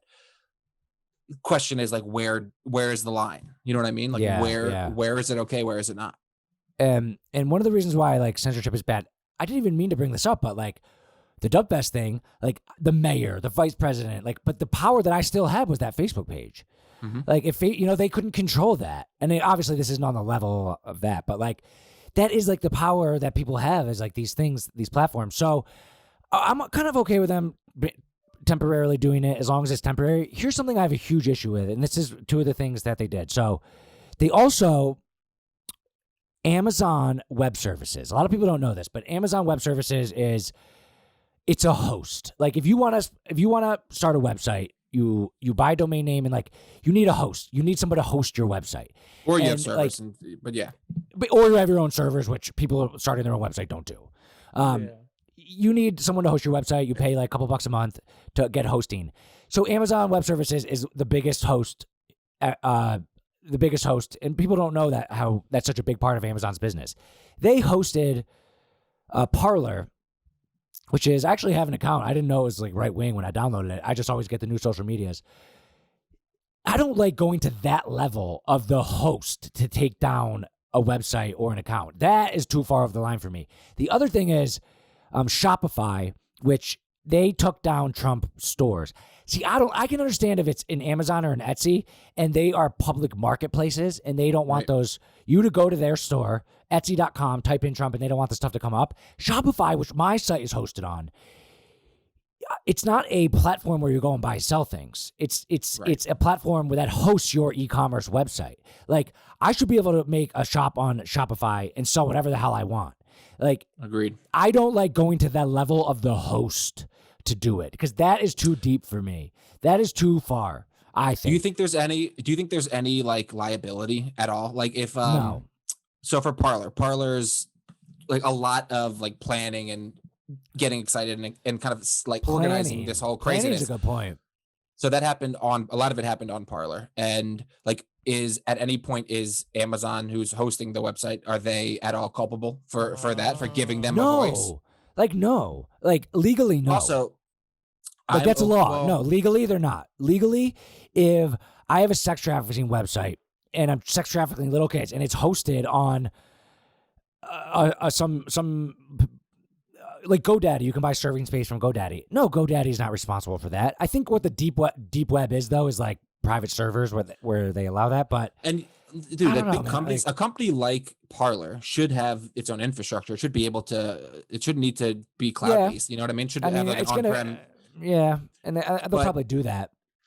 But I mean, it was such a Parler was such like a cesspool. Like the bad parts, I'm sure there was normal people and I never really went on there. It was like from what I've seen, and granted, it's select screenshots, so I've seen the worst of it. But like, it's bad stuff. It's bad, but it's bad stuff. So my big thing is like where like I think laws need to change because like freedom of speech that hasn't like we need to define what that looks like online. If the government is in charge of it and not these companies, then you can battle it in court. And I trust that more than I do with these private companies. I agree. I mean, the FCC doesn't allow cursing on TV. They have parental advisory on CDs. Like, I wouldn't hate the government. Like, we already have First Amendment laws. I wouldn't mind the government creating some type of bill of rights of free speech that is then applied to the social media companies. I'm sure the social media companies would like that. Because then they don't have to make the decision. Now, one of the things I was going to say is like the obvious part of this is these companies seem to be more left-wing companies. I mean, no question. A huge double standard. And the double standard element, like, is there any left-wing stuff that's been taken down? I mean, so what about this comparison? I'm not comparing like Black Lives Matter versus because they definitely did some damages in their protests. Like the Black Lives Matter's protests lasted very long, and the worst people in that crowd did riot and loot and break down buildings, and that part is obviously not acceptable. But like all these social media companies, like you could easily change your profile picture to Black Lives Matter. Like now there's not really a level of that in the storming the Capitol thing because of course Black Lives Matter and everyone believes in social justice and it's the right thing to get behind. Like, yeah, of course. And like, so they were just taking that element of it. If you wanted to take out the good parts of this, like what would it be? Like there isn't freedom of speech or but like the movement of Black Lives Matters like is a cause, like it is a positive cause, right? Social justice, like no matter where you stand on it, I can't imagine you disagree with that. It's a positive cause, of course. I mean, I don't like it as far as like it's beating a dead horse, but like and then but whatever. Of course, I want everyone to have a fair shot at justice. Everyone does. Is not right, but this one right. So if you even wanted to get behind this on a positive level. What could you get behind? And in that case, I give like the social media companies like a break there a little bit, but like they didn't need to go so into that other thing either, which they did, which proves their bias. Right. As much as I hate Trump and like we've talked about that a lot, you and I, and even on the podcast, when I first saw that he was kicked off Twitter, I was like, I don't think I like that because I don't like that it's a permanent ban. I think it should be a temporary. Sure, right, exactly, and I get that, but I think like we were saying, there needs to be like an amendment, or there needs to be some sort of legal, like, you need to be able to go to court to fight against it. Yeah. What is and what is not allowed. Right. And right now they're just saying they're private companies. The other thing that's interesting is with this element is like the Russia thing, which like we said was stupid, but like the votes are the ads, right? The Facebook ads element of it. Like, so one thing like Sacha Baron Cohen said was he said, Facebook's a terrible company. Like they would let Hitler buy ads. No, they wouldn't, because what Facebook said at this time where this came out was that we're not in charge of, if you come out with a hate ad, like they're allowed on TV, like basically against your opponent, right? My opponent is terrible. You're allowed to put those ads on TV. And political ads, now you need to be verified as an account that they've got to go to a lot of verification on Facebook. This is from personal experience. To make a political ad, you got to go through a lot of verification to prove that you are part of a campaign. But they're saying it's not our job to, once we approve of a campaign, Andrew Yang's campaign, Hillary Clinton's campaign, this is their official page. It's not for us to allow them what they can say or not. That's what Facebook was saying. And I agree with that. I get so mad when the people said that Russia came out with fake ads and that influenced everyone's votes. Well, let the people like see it and then make their own decisions from it. Like, people yes, people are stupid, but like, aren't they seeing the ads from the other side too? I mean, no, Michael Bloomberg put millions of TV ads before in certain states. Like, yeah, but you like, surely you know the difference between a Facebook ad that's like, say it's a false claim or something. Like you know how the algorithm. But it says sponsored. But it says sponsored, and so like if the things, pay attention to that. If they do, because it's like an echo chamber. If the things in Michigan, if the elections in Michigan and all the politicians are pumping their Facebook ad money, they are going to go to that Facebook ad. They're going to choose the target state of residents who live in Michigan, and then they're going to pump sponsored ads at that state. So people will see them on both sides, and it will say sponsored. So that is the fact that it says sponsored is basically a commercial. And, dude, like, I'm surprised that we have a viral post on my Facebook page for this podcast right now that says, "Is America a great country?" There's like 400 ads. I'm very surprised that Facebook even allowed me to run that, because I've had a lot of ads not allowed to run because they just say something in there. Like, I had this one that was about, we talked about people leaving California because of bad politics. I had this guy from California on, we were talking about it, put a clip up on Facebook. I wanted to like promote a little bit, and they wouldn't let me do it. And I was like, dude, what? And they said I needed to be like politically affiliated. And like, I sent in like a picture of my ID to get the affiliation. They were like, no. And then like, there's all these rules. Even I remember more when I had the United Teas site, we had this thing, it was a presidents, and it was like Lincoln and like Teddy Roosevelt, and we had Trump on there, and like as to sell to that audience. And I was like, this is great, because we're going to run an ad for this tank top. We're going to target it to people who liked the Trump campaign from 2016 and stuff like that. I could not even run an ad with a picture of him in it. Like, they already have a lot of censorship built into it. So like when Sacha Baron Cohen said Hitler could run ads, like, I don't think he knows what he's talking about. He never tried to run an ad in his life, but that's a censorship element, like the ads. And I think Facebook does a pretty good job with it, where they make you be part of a campaign and then they let you do whatever you want. So you're saying that you can't run a political ad unless you're affiliated with a campaign? You have to go through a certain verification to get accepted to be able to run political ads at all on Facebook. But what if, like, if they don't check the ads that you're running, why do you have to say that it's going to be a political ad? Why can't you just They have an algorithm. They have an algorithm that picks out certain words. Understood. Like Trump. And they always have? They always have. And I remember with that shirt, right? I was like, okay, I got to take the word Trump out of this. They still were able to figure it out. I don't know if they have a scan of his face. Yeah. Over the past 3 weeks, Facebook has a thing on top of their ad thing that just says, no ad, no promotion at all that has anything about Trump or anything in it will be allowed to be run until the inauguration's over, or the election's over. Like, they get a lot of shit for it. I think they do a good job to verifying people's campaigns and then allowing anything to run from that. But like, you can't just go on Facebook and promote anything you want. And the way Facebook specifically works is that people are only going to see it if you run an ad. I mean, they really control what's at the top of your feed. Instagram controls what's at the top of your feed. Now even Twitter does it, but it's a little more organic. As if this is someone you like, they'll show it to you. The algorithm does that. And if the person's saying something bad, shadow bans and stuff, it'll show up first. Yeah, so they shadow ban. Like, But if you like a bunch of the same type of content, then you're going to see pretty much just that. I mean, obviously, that's how that is what the algorithm will do. Yes. So that's why people start to see, when they say echo chamber, like they start to see nothing but their own opinions. So, and that's what's good about ads is if Michael Bloomberg, for example, wants to go to Michigan and he wants to put it in your feed, he can put it in your feed, even if the only thing on your natural algorithm is. So they get a chance to get in there, but just. They've gone too far with this shit, man. Like, I'm gonna say this: like, I don't think there's gonna be another person like Trump that like all the platforms hate that much.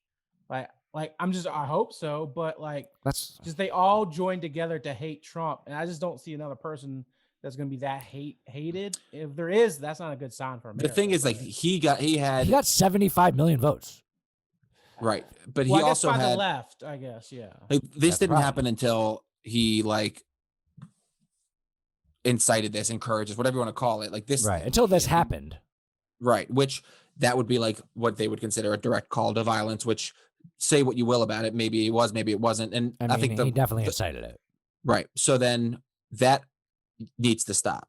So I get that, you know what I mean?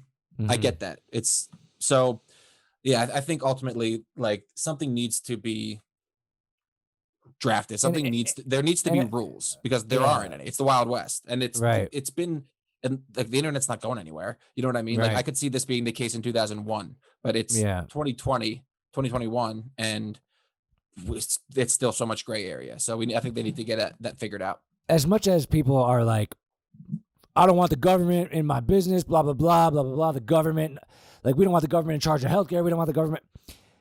I'd rather have the government in charge of these rules than some Facebook executive or Twitter executive. Or don't complain about it. You know what I mean? Or don't what? Or don't have the government involved, but then you can't complain when Twitter bans Trump. So you can't have it both ways. You know what I mean? Like, or just these platforms allow everything. They create algorithms. They can do that for their business models, but then they don't have the right to ban anything. Well, that would have the government be involved. I'm saying, like, you can't have it both ways. You have to either have government regulate somehow, or let the companies can't complain and let them ban whoever they want. But the people, right. So we gotta put that in place. I don't hear enough people talking about that. Me neither, at all. I'm sure it's complex. But isn't that what these lawmakers are supposed to be doing? Right. Like, how many times are they going to hash out, like, all this stupid shit that doesn't affect anyone? Like, this is something that I think is like a huge priority that needs to be squared away, because huge priority. It ain't going anywhere. More and more people are online, and and censorship, and we don't want too much power anywhere. We want to distribute it, and they couldn't ban my Facebook page for Dubfest, and that was a feeling of, you can't take this away from me. And like, imagine if that could get taken away from you. It's complicated, it's messy, but on this podcast, our summary is that we want the government to moderate free speech on social media platforms, so they're in charge, not even moderate, just establish the rules, establish everything else. They don't have to go comb through everything, but establish what is and is not allowed, and then take it from there. But the way that the law was written, freedom of speech, hundreds of years ago, does not still apply. There's so much that has changed, and namely social media is now basically media. There's no difference between Twitter from with Trump and Fox News. So, and I think it's interesting, like, why the First Amendment is so important, because we don't think about it as much as Americans, but hearing other people from, like, even Canada, Brandon's favorite country, that say, like, it's a scary thing when the government starts governing speech, like what you can say and stuff like that. Like, I always took it for granted, but, like, why do you think the First Amendment is important? And there's always been exceptions. Like, you can't run into a movie theater and shout fire. That's illegal. So like, freedom of speech doesn't mean you can say anything without consequences. It means, like, if you're allowed to voice your opinion, but if you're inciting violence, if you know, like, that needs to change. But it's important because you can't be silencing differing opinions, like, as long as they're not directly leading to people rioting or violence. You can't say everyone go kill Sean. Of course not. but you can say Sean is the worst because of X, Y, and Z, and the government shouldn't be allowed to stop you, and they don't. So complex, interesting, and poor Trump, man. Like I bet you he's like so happy. I bet you he grabs his phone to like tweet something, and then he's like, "Damn it!" And do you think like, he's Melania's so flustered? Melania's out of there? You think? Yeah, dude. I always divorced. I've been so confused by what Melania's thinking. I think they'll probably get divorced. Yeah, like how soon? Melania think? Probably within like a year next week. and a half. Yeah, that's what I'm saying. Is it gonna be like Thursday? Yeah, like pretty soon. Yeah, and I am one of the. The news and politics has always been boring. Come on, and like everyone started to care with Trump, and like I feel like it's gonna be boring again with Biden, which is good, and we've said this. The only thing I'm interested about in the future is like, what is Trump gonna do for me? What happens to Trump? So here's the thing. Like, what's he gonna do? He's been on such a crazy power trip. Like this, maybe this like, I don't know if humbled him is the right word, but like, we're taking it all away. Like people warned you this was going to happen if you keep going crazy, dude. And you've been crazy, and like nobody's been able to do anything. But guess what? Now you're not president. Now you can't tweet. I wouldn't be surprised if he still attempts or tries to have some type of rallies. And I'm not sure if it will have the same appeal. I mean, without the power of the White House behind it. Right. But that's kind of what presidents do, right? They continue like speaking engagements and appearances and stuff. What about do you think he has a burner? Yeah, people seriously. I mean, I'm sure he can still see other tweets, but like, yeah, I bet you he has a burner. But I would love to see that. He's not the kind of. I bet you he doesn't go to Twitter to like read what people say. Did y'all see that there was a video released after he was banned? Like there was another video release. I don't know who hosted that or how he got the video. I was like the White House. The White House, the executive branch of the government. He can still use the White House. Yeah, he can use the White House, but like there's a big difference. There's a big difference, especially for him, between a rehearsed speech and a toilet thought.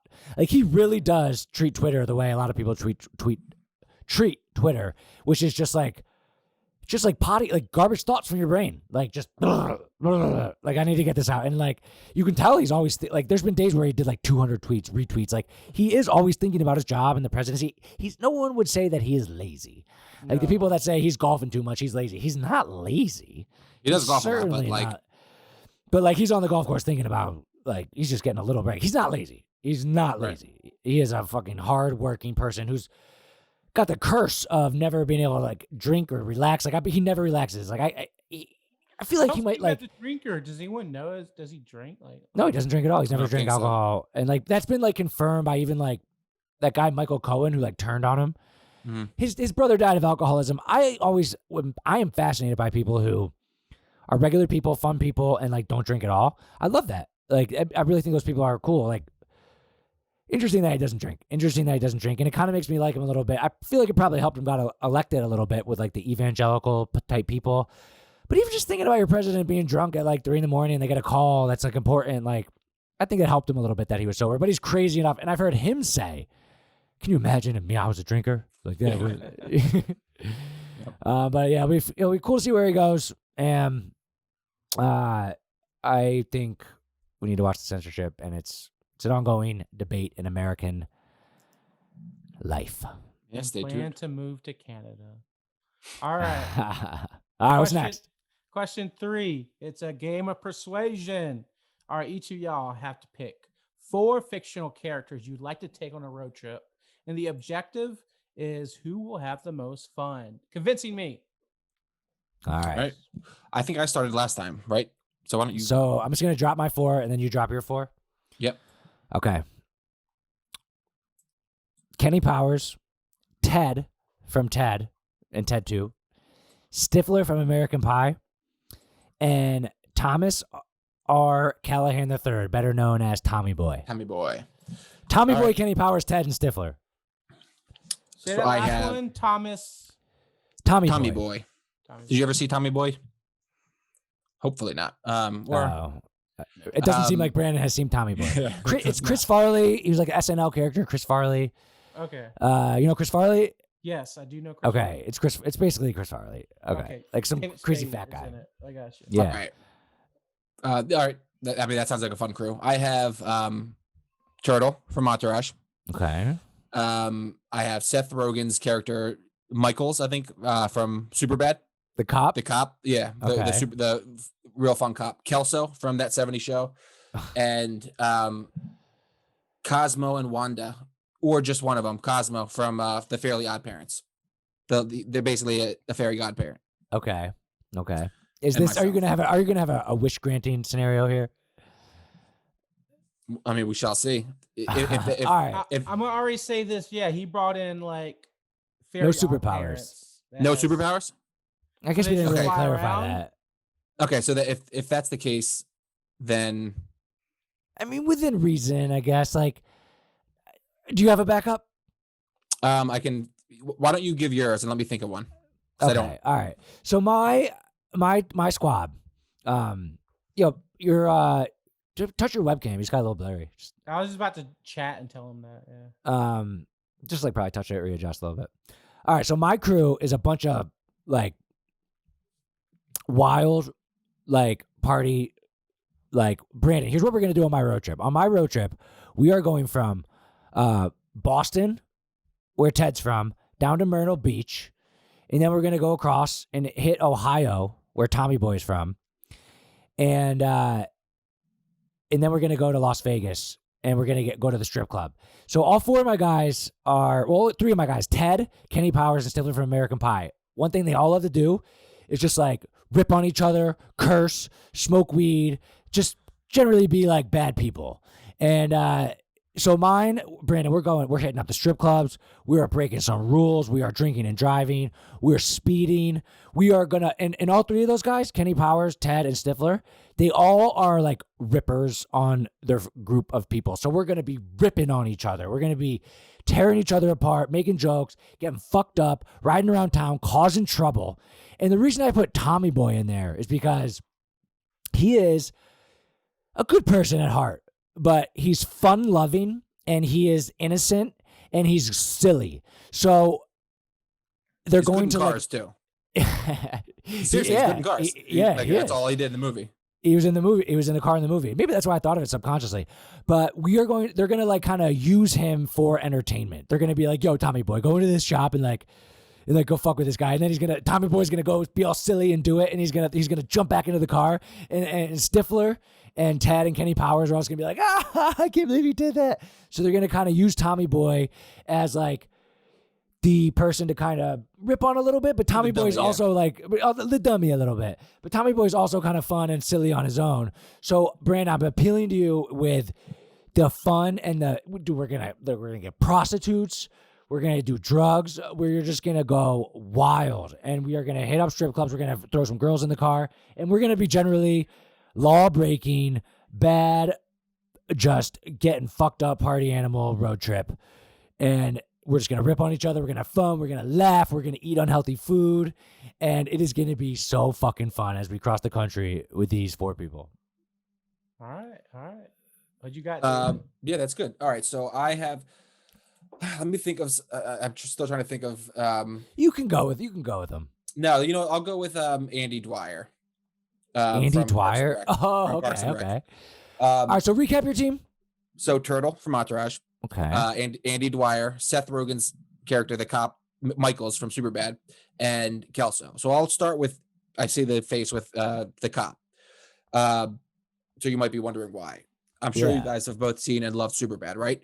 I mean, this guy, all he wanted to do is prove that he's a fun dude, right? So all he wants to do is drink, have fun. Like his whole thing was to prove to himself that he's still a fun guy, which clearly he is. Shooting guns at signs, doing all this crazy stuff, going to bars. Also, in the off chance that we get pulled over, have you ever gotten pulled over with a cop in your car? Do you know what a cop card is? Yeah, basically, I do. Okay. So the only thing that trumps that is having an officer in your car. So you get pulled over with him. He's a cop. Like you're getting let off the hook. So that opens the door for quite a bit. Turtle, Brady, did you watch Entourage? No. Okay. Well, that's tough. But Turtle's like the. I'm curious about your turtle. So he can help drive. He's a great driver. He's connected. He always knows. He might not be the coolest cat in the world, but he's like chill. He's always got Buddha. He's just like, kind of like I mean, in Entourage, he is like kind of the glue to the friends. He's not the one making money. He keeps them together. He smokes weed. He drives. He's funny. He's like maybe the funniest. Funny. Not in the abrasive. Not in the abrasive. He's not leg slapping funny. He's like witty. And he's all about like comfort. He loves like all he wants to do is like get the best pajamas. They're so comfortable. So he's there to chill, have a good time. He's connected. He knows famous people, and he knows how to have a good time. If you're in like LA or a city like that. Kelso. So Kelso is a funny dude. He's chill, right? He does, he knows what to do in a car as well.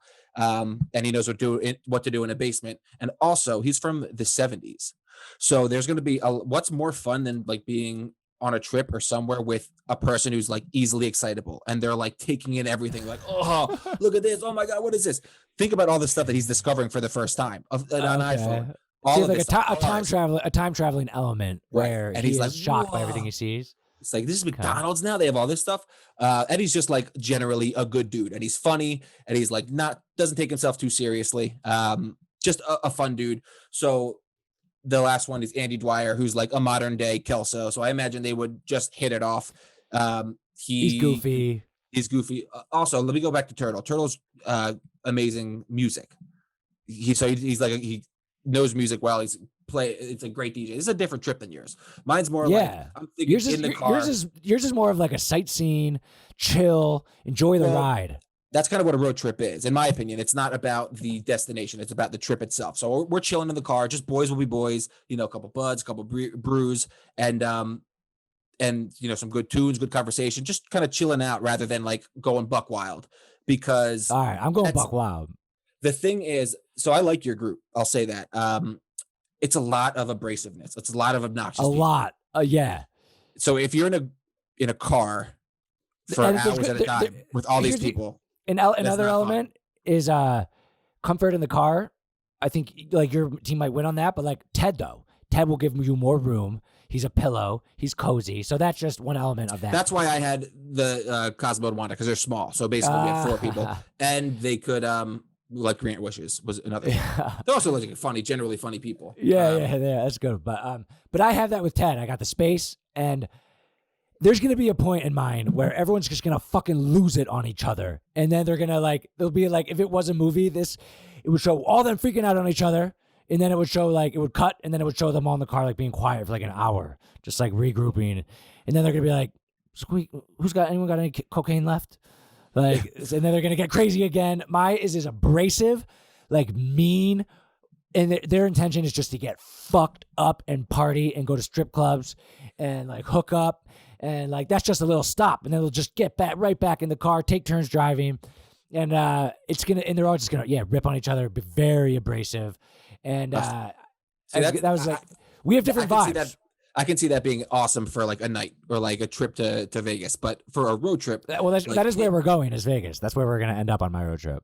I mean, and it's a long trip. So you're in the car with, Kenny Powers in the car with Stifler for 5 days straight. That is so brutal. fun, dude. I'm gonna be exhausted before I. Dude, it's gonna be so fun. Not only exhausted, but I think you're under appreciating how annoying that would get quickly, because everyone's going to be at each it's funny when people are ripping on each other. They're also, Kenny Powers is the grumpiest guy ever, especially when he's not getting the mood swings. Right. Stifler, that's not fun. Dude, Stifler's kind of like that too. Right. And so is Ted. That's not fun. But they're funny, and they're they're gonna find a way to get along with each other, and what they have in common is that they'll be they all want to get fucked up. Okay, but that's the nights, the road. And Tommy Boy is gonna be the one that's come on, guys, we can do this. He's gonna be our morale chair, and whenever they're all at each other's throats, they're gonna make Tommy Boy do something stupid, and run away and throw a soda and through a drive-through window or something like that. And then they'll all laugh and they'll rebond, and then there's gonna be a lot of energy and mood swings on my trip.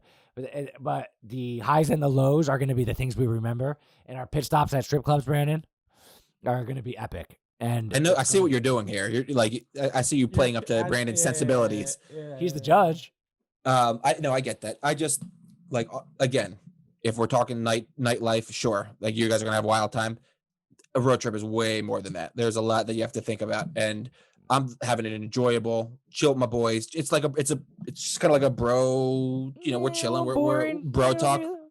It's not boring. See, I guess like if you're a big time club guy, that's sure. I appreciate time with the boys better. Just chilling out. If you couldn't pay me enough to stay in a car with those people for more than like. I feel like your personalities like day. Turtle and Andy Dwyer from Parks and Rec, they would not bond. Like he's one's silly and one's like kind of like serious and one's like goofy, and then like Kelso's kind of goofy too. The one thing he's got going that is good for you is like he's amazing by everything. And the cop is great because he's a lot of fun and can get. He would be like kind of the meshing. He would get along with both. So would Andy. Dude, Andy Dwyer can get along with everyone. He loves Tom Haverford. They're like best friends, and like Tom Haverford is kind of bougie like Turtle. No, and Turtle's like the driver, and Turtle's connected. Turtle knows everyone. Like in Entourage, every famous person, Brandon, every like girl that worked at a jewelry store, every girl that worked at Apple Store, they all knew Turtle because he's a schmoozer. So like he could get us in, he can open doors for us, but also like we're just chilling out. We're having a good time. It's a road trip. We're not in like when you're in a road trip, you're not in party mode 24/7. That would get exhausting. Yeah. You get burnt out after 2 days. Yours is a more like healthier, chill, and mine's more like chaotic and like rambunctious. And yours could last for a night or two, maybe. But I did mention that we're going to Vegas, so like that's where everyone wants to go. So I think that's what keeps us like trucking along. I know, but imagine when you're in like Nebraska, and Kenny Powers is like withdrawing. You know what I mean? Like it's not fun. That is not fun. All right. So, first thought is like I feel like Sean's characters, that would be like an amazing movie. Like that would just be really fun. It'd be like the jokes, the rips. Yeah, I would love to watch it. And there's a lot of bad boys there, so I feel like a lot of trouble can happen. Like cops, someone might die. Like people get injured a lot. Murder is very likely on mine. Like hospitalizations, like nothing says fun like a trip to the hospital. Dude, Stifler is so funny. Like in American Pie, he's always like, like he's just like he's just such a prick. Like he's, I don't know. He's so funny. They're all jerks. Yeah, Kenny Powers like the biggest jerk. All my guys are jerks. Yeah, they're. Of course, like Sean's people's like they're gonna get a lot more women around them. Oh yeah, we're walking into a club. Who are you gonna notice? A cute teddy bear. Wait, a cute teddy bear. Which one of the guys that Sean's with is like a chick magnet? Ted. Like, okay. Definitely. You can use Ted as like the getter inner, and then the other guys are confident enough to like cross the line between date rape and hooking up. Kenny Powers. Kenny Powers isn't exactly Rico Suave, but okay. And then David, all the people he described, like they seem like my type of people. Like I'd be friends with them. Like you would make like long memories with them, and like I think the highs. Oh, imagine Nebraska with all these boring guys. It's gonna be like, so you guys. But like, so it'd be mellow, and then it'll be like a little high, and then it'll go back to mellow. And that's high. What road trips are. And you'll remember the highs with your group is gonna be high, and then really, really low, high, really, really low, and it's gonna be all blended together at the end of the day. Your brain will just be so fried. But I already made my decision. So like younger me would definitely pick Sean's group because I would want to like have some chaos and fun and adventure and push myself to the point like anything can happen. Like me now would want to hang out with the people David described. Yep. But this is fucking fraud. I want a recount. But my decision is it's a tie. I'd rather lose. I mean, he did say like now, which is who's the judge? The judge isn't previous Brandon, it's today's Brandon, and he said that today's Brandon picks my group. Brandon, I'd rather lose than tie. I think you're like a road trip is so much different than like a night out. It really is a tie for me because Sean, your characters are obviously more fun. You got to pick. I want to hang out with them. Oh, they're more fun on a game that's assignment is who's going to have the most fun. Trip. It's a road trip. This isn't like you're stuck and confined in a small car. But like a road trip, you stop at hotels. David a road trip. Convince what a road trip really is. Like, yeah, but here's the part you're leaving out about your road trip is that okay, if you're going from Boston to L.A., you stop and you sleep at hotels. Yeah. So you think these guys can't have fun? So those nights are like where a lot of the fun will happen. Wait, so who are you saying isn't fun? Like isn't down to clown and have a good time? Kelso's definitely gonna have fun. Turtle's like Kelso's definitely Turtle's like a huge party animal. He loves partying. So does Michaels, the officer. Him and Andy would knock it along. By the way, I don't think Brandon knows. I don't think Brandon knows Turtle or Andy. Have you ever seen Parks and Rec? Yeah, no, yeah. He's so like silly. I don't think him and Turtle will get along. But I think the cop would help him. Andy gets along with everyone. I know, but it's two different shows. But like Andy is dumb, and like Turtle's kind of like smart. Like as far as like their comedy sense goes, their sense of comedy. It's different senses of comedy. Smart. I mean, he's more situational. Andy's more like run into a wall, and like, oh, look how dumb he is, and like, boy. Yeah, but I have a specific use case for that. I say it's a tie because I want both. I want to road trip with both of them. So like, I can't have both. Like, I don't know. No. Imagine if a judge went to court. So if there's a gun in my head, if there's a gun in my head, I have to pick either or. Yes. I'll pick Sean's group because. Woo! Because he's giving you a hard time. No, because I get it, dude. Like, I want to have the like craziest experience. Before, Brandon, like, they're gonna get you laid. Yeah, like, dude. No, they're not. But listen, I get it. But no, they're not. The thing is that Sean's pressuring you, and I get it. You said your answer before, where you said like in a previous life I would have picked Sean's, but I'm going to pick David's today. But I get it, Sean. I was just trying to have you pick one, and you did say that. I get it. Yeah, work on that decisiveness there, Brandon. Yeah, but when you think about, I mean, it's not the best win because like I did have to pressure you after you kind of said he won and then said tie. Well, I was thinking like it's already. If I had one day to live, what would I pick? And of course, I think Sean's answer. I think Sean has the perfect answer for like if you're going on a bachelor party. This is we're not. I said we're going to Vegas. But I would still like Sean. I think those characters are like would be a great movie. Like it would. It would be a good movie, but they would all hate each other because it would be fun.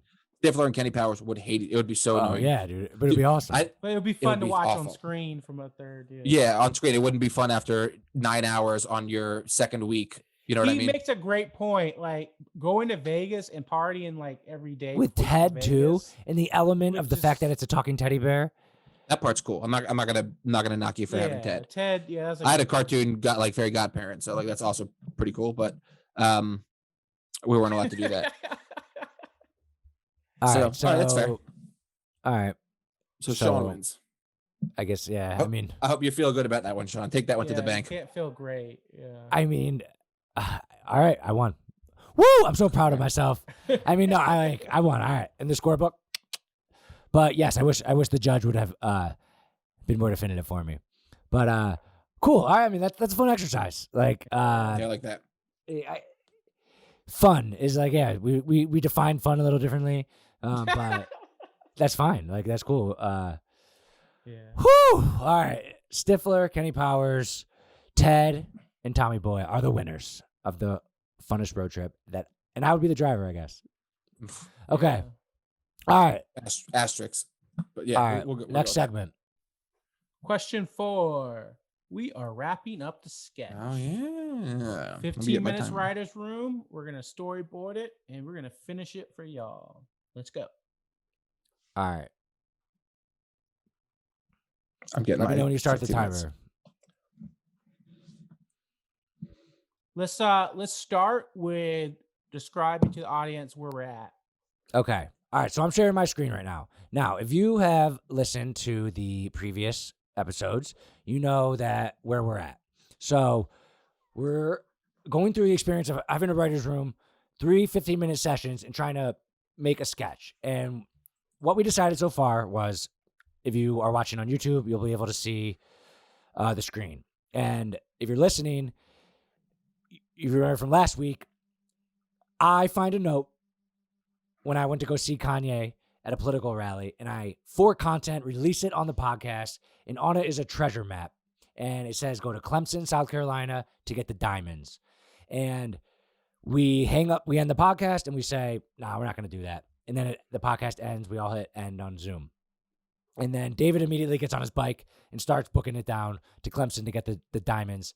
And me and Brandon, we chill for a sec, and then I lock him in the bathroom. I take off on my Tesla. to go there. So I'm in the lead.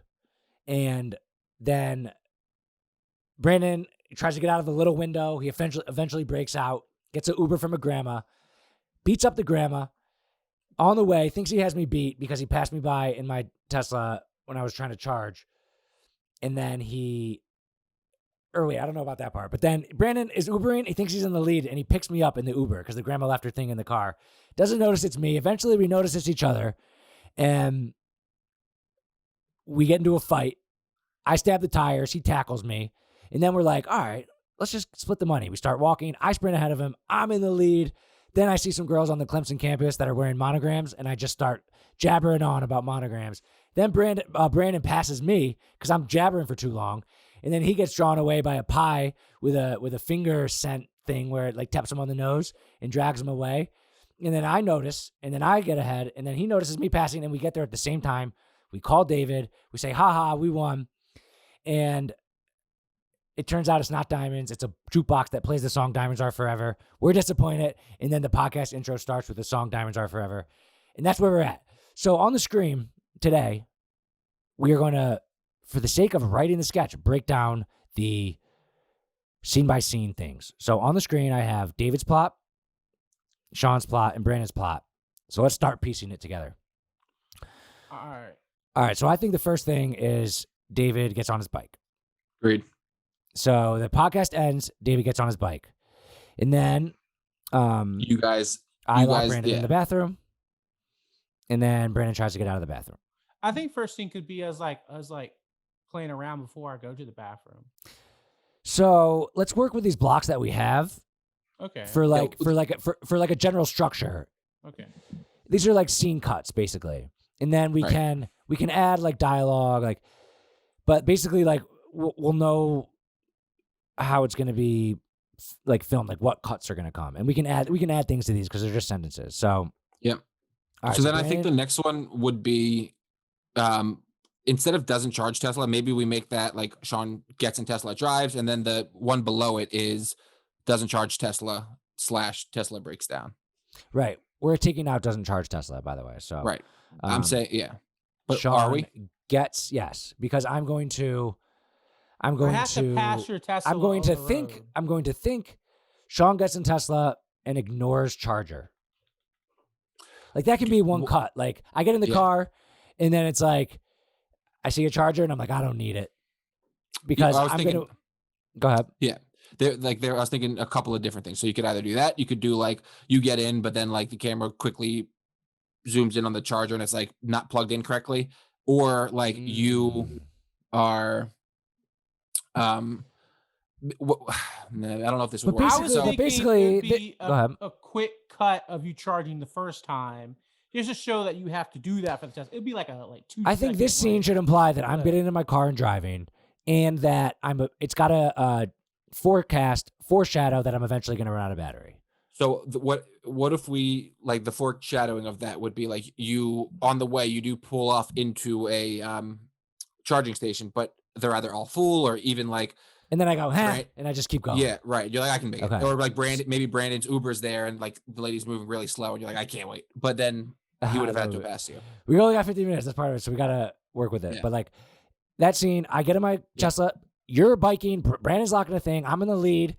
And then it hints that I somehow ignore charging to foreshadow. And we can adjust that, but that's that scene. So then we can always change this, but let's put goes back to David and I'm hoofing it. And then after that I call Uber. Yep. So then you eventually I'm just gonna put like gets out, calls Uber, and so you get out of the bathroom because this scene is where we make the joke about you getting out of the tiny window. And then your next scene, you call the grandma, you call Uber, and it shows right up right away, and it's a grandma. Yeah. And then you get in. That's it. Cut. Okay. So then Tesla breaks down. And then yep. Let's put then back to Hacker. And you are going to be like sweating. Drenched. Well, like a little bit because we're going to be even more sweaty in the next one. Like progressively sweatier through each of your scenes, right? So then let's kick it back to Brandon, who is going in the Uber, and the grandma's going way too slow. So he literally picks up the grandma and throws her out of the Uber. And at this point, the audience knows that I'm dead, David's on a bike, and now Brandon has his own whip. So he kind of takes the lead in the audience's eyes. Yeah, that's what I think. I think like just take some of my story during this part. Like, I think we should actually put. Me too. That's what I was just gonna say. Yeah.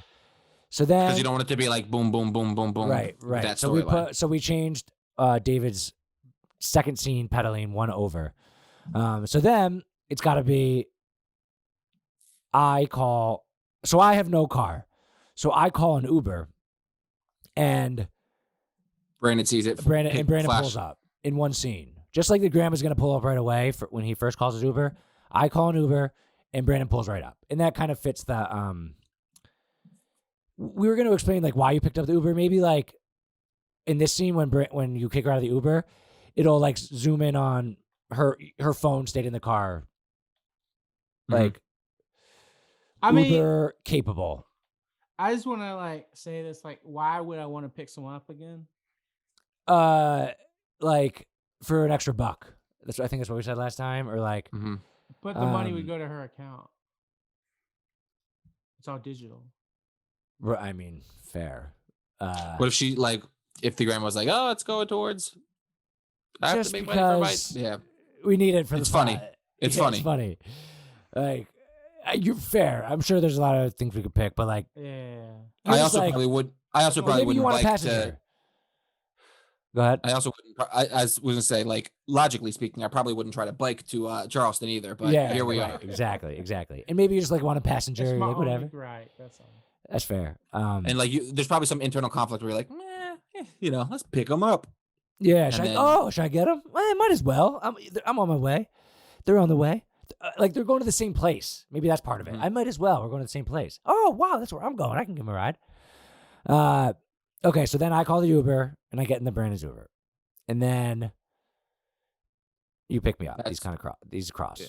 You can even like get that one out. Like I'll just put it like that. Just delete it. Yeah. Same thing. Delete it. And then the next move is notice about Brandon, like have that whole one scene.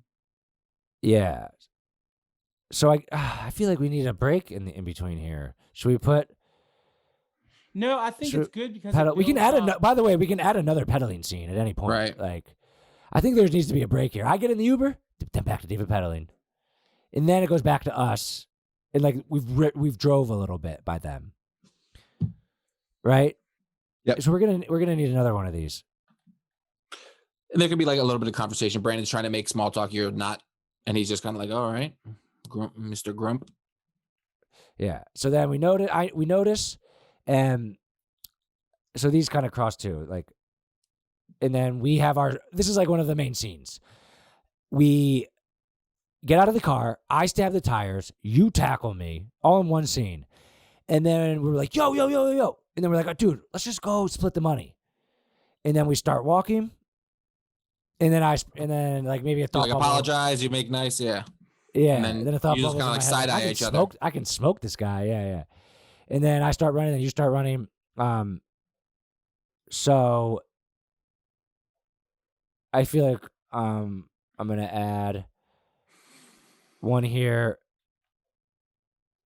Sean sprints ahead. That's like kind of its own same scene, but like that sets up the next storyline. Yep. Okay. And then can I add like another joke in that? Is it too late? Of course. Like what? Yeah. What's your joke? So like, I obviously noticed that like the grandma has like a taser in her car. So like when you're running, like I try to tase you, but I miss or something like that. Okay. Yeah, that doesn't break the structure of this. So any jokes that can be added that don't break the structure are like allowed. So then the last biking scene. And at some point here, we want to imply to the audience that you have a chance, actually. Mm-hmm. Like, how do we imply that? TikTok green screen. No, because that's not gonna work. Is the Peloton, can it like talk to you, be like your destination is like 2 minutes away? I mean, we could make that's not bad. we could make something, but then what would my destination be? It'd be Clemson's Right. X mark the Well, spot. yeah, right. Well, You remember, put you're the not like, I guess actually you on a could put the, Peloton like, in the GPS plot. In the plot, you're actually on a bike. Right, but I'm Um, saying like if it says I'm 2 minutes away and I'm actually a Right. mile from where I first started. So I that think would it can just like be like maybe like you thinking, like your mouth isn't moving, but it's your voice. Like I might actually win this thing. I mhm. might actually something like that. But I'm just gonna put implies potential win. Okay. 3 minutes. 3 minutes left. Okay. And then I am in the lead right now. And I get to Clemson and I start talking to these girls about monograms and I ramble on and on and on because I'm annoying and I talk too much. And then Brandon, like slowly but surely gets there. passes you. Wait, what is this one right here? Gets call. He's supposed to get a call from Nico or one of me or like Oh, we're no. supposed to call him to Right, like that's towards the end. That's before finale. Okay, so I talk to the monogram girls, and then you pass me, and then this is basically the finale right here. Like Sean and Brandon arrive to the X together, and then we call David, and that's a cut back to you. And then we open up the box, and it's the boom box.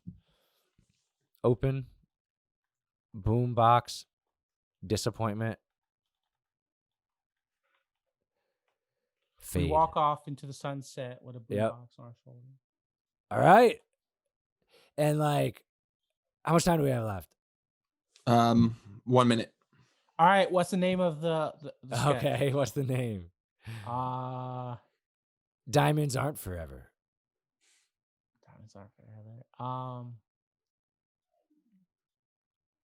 Rat race. Experience, like Joe Rogan Experience. What's like a play on rat race, like diamond race. The rat experience. I don't think we should call this the rat experience. Like the case race or like boom, like boom box. I was thinking like diamonds. What's a play on diamonds? Diamond, the shine, the glimmer, finding Jesus, like kind of finding. Oh, it's not bad. Not bad. The glimmer gallop, finding Jesus. Yeah. How much time do we have left? We're gonna have to go with that. 37 seconds. Finding Jesus. The glimmer. Diamond. The glimmer gallop. The diamond dash. Diamond dash isn't bad. Diamonds are our boy's best friend. That's too long. I need something. Diamond. catchy. What about diamond dash? What was yours, Brand? You said was the Finding Jesus. Rat experience. finding Kanye's- diamonds. That's Finding like Jesus's diamonds. I don't know. That's too long. That's too wordy. Diamond dash. How can we play diamond dash? How can we do a play on diamond dash to include Kanye? Diamond Kardashian. all right, it's over. It's a timer. Yay diamonds. Yay diamonds. YE diamonds. All right, Brandon, for you, let's call this baby Yay Diamonds. Yay Diamonds.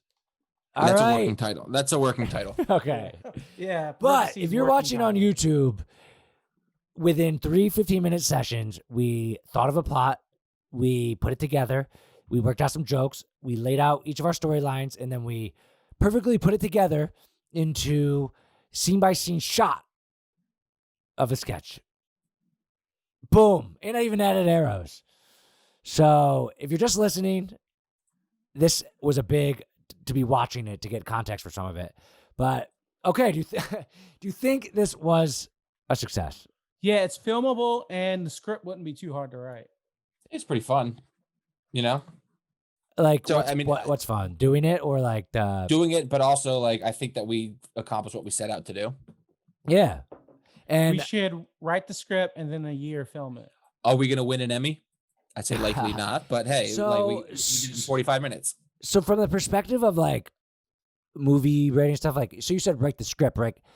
Like what would this be called? This is called like the storyboard. This is the storyboard. This is for like the shot for shot. This is for like the director of photography, the person who's like with the camera.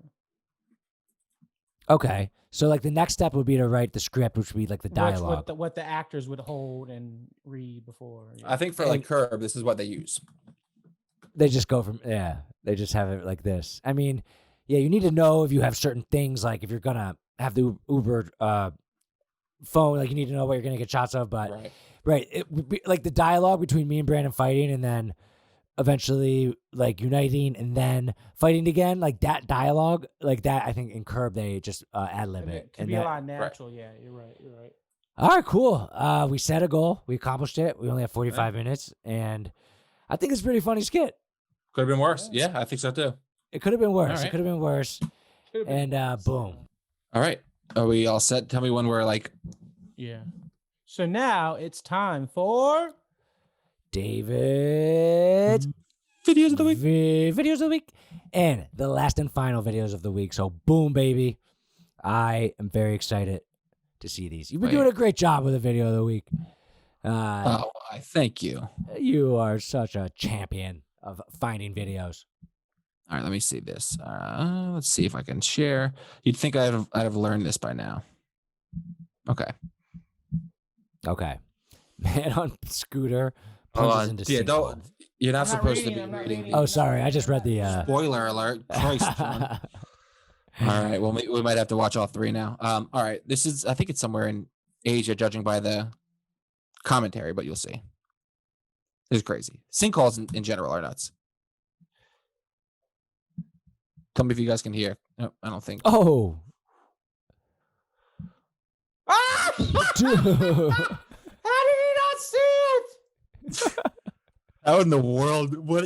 I mean, sinkholes are crazy, but yeah, how did he not see the that? noise? You would have heard the noise. You would have heard. All right, I gotta watch this at least 100 times.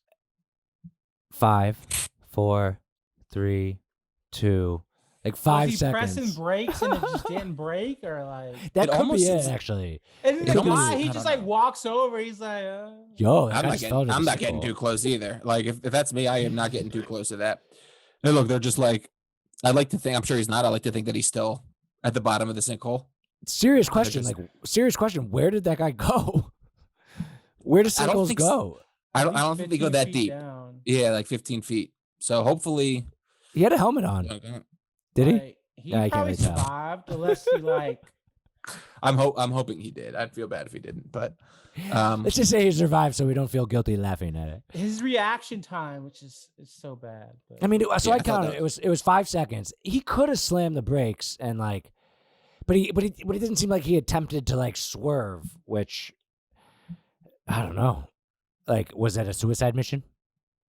Maybe I feel like he just wasn't paying attention. I don't know. Maybe it's like the deer in the headlights. Like he saw it and he just didn't know what to do. His brain didn't like connect. What are the chances, though? You're taking a nice scooter ride in the afternoon, and 5 seconds before you on this very solid, secure road, there just happens to be a giant sinkhole that falls in 1 second, and you fall right into it. You know what country that was in? I don't know. I didn't do much digging, but no pun intended. Sinkholes are insane, dude.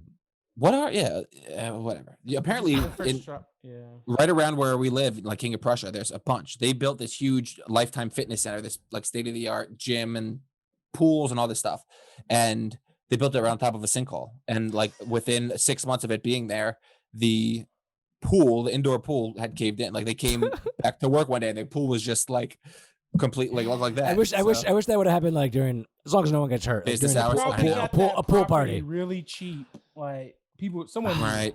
Yeah. I guess I don't know. All right. So I don't know if you guys can see like the setup here. But they're already dumb. What's the point? Yeah, what are they trying to accomplish here? I don't know. All right, let's see if we can hear. It's important that we hear this.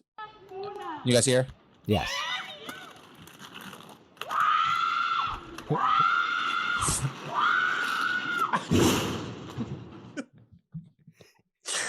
What is going on?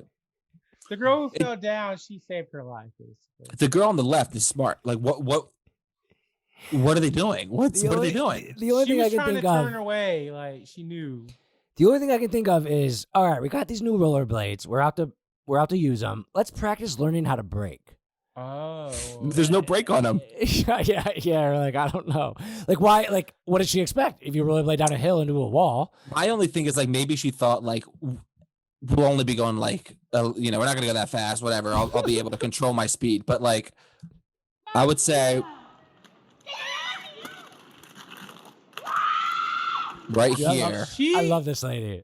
She bended straight over and gave herself way more momentum. Like this lady has balls, dude. I love her too. I just don't know. And look how hard she hits.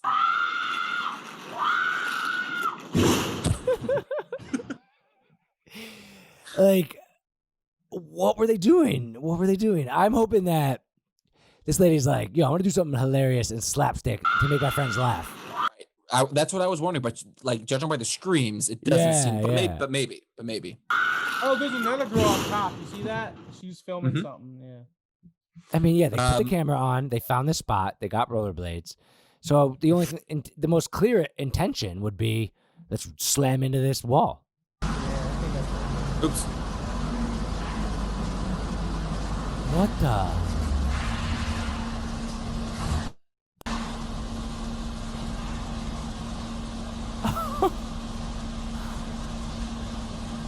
What? Yo, I think I know what this is. Like, what the fuck?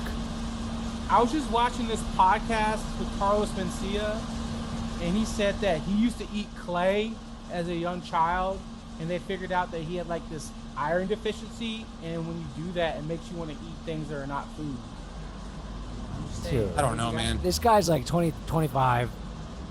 Like, something's obviously wrong. Oh, this is recent. He has a mask on. Yo, yeah, this just happened. What is? Remember we. What? Like this is akin to somebody picking their boogers, but like that almost makes more sense to me. No, what is going on? This is way. For anyone that's listening, this is a guy on a subway train who has in his hand, he's holding a leather boot, like a knee-high leather boot that somebody has just walked around in, seemingly like a huge pile of mud, and he's just is it his sitting boot? There licking it. It looks like a female boot, but I could be wrong. I don't know. I mean, does that make it better or worse? I mean, worse. Better, I guess. Yeah, I don't know. No, I think it'd be worse if it was somebody else's, or if it was his own. I hope it's like. I hope this guy's like a sexual freak, and like this is like J-Lo's boot or something. It's still no. There's no justification for this action, and he is eating it like so casually, like it's a salad or an ice cream cone. There's like, actually I was gonna say there's actually a health, like it's called pica. It happens when you have iron deficiency and anemia, and you eat dirt and paint. This seems like it's like almost like a sexual thing, right? Doesn't it?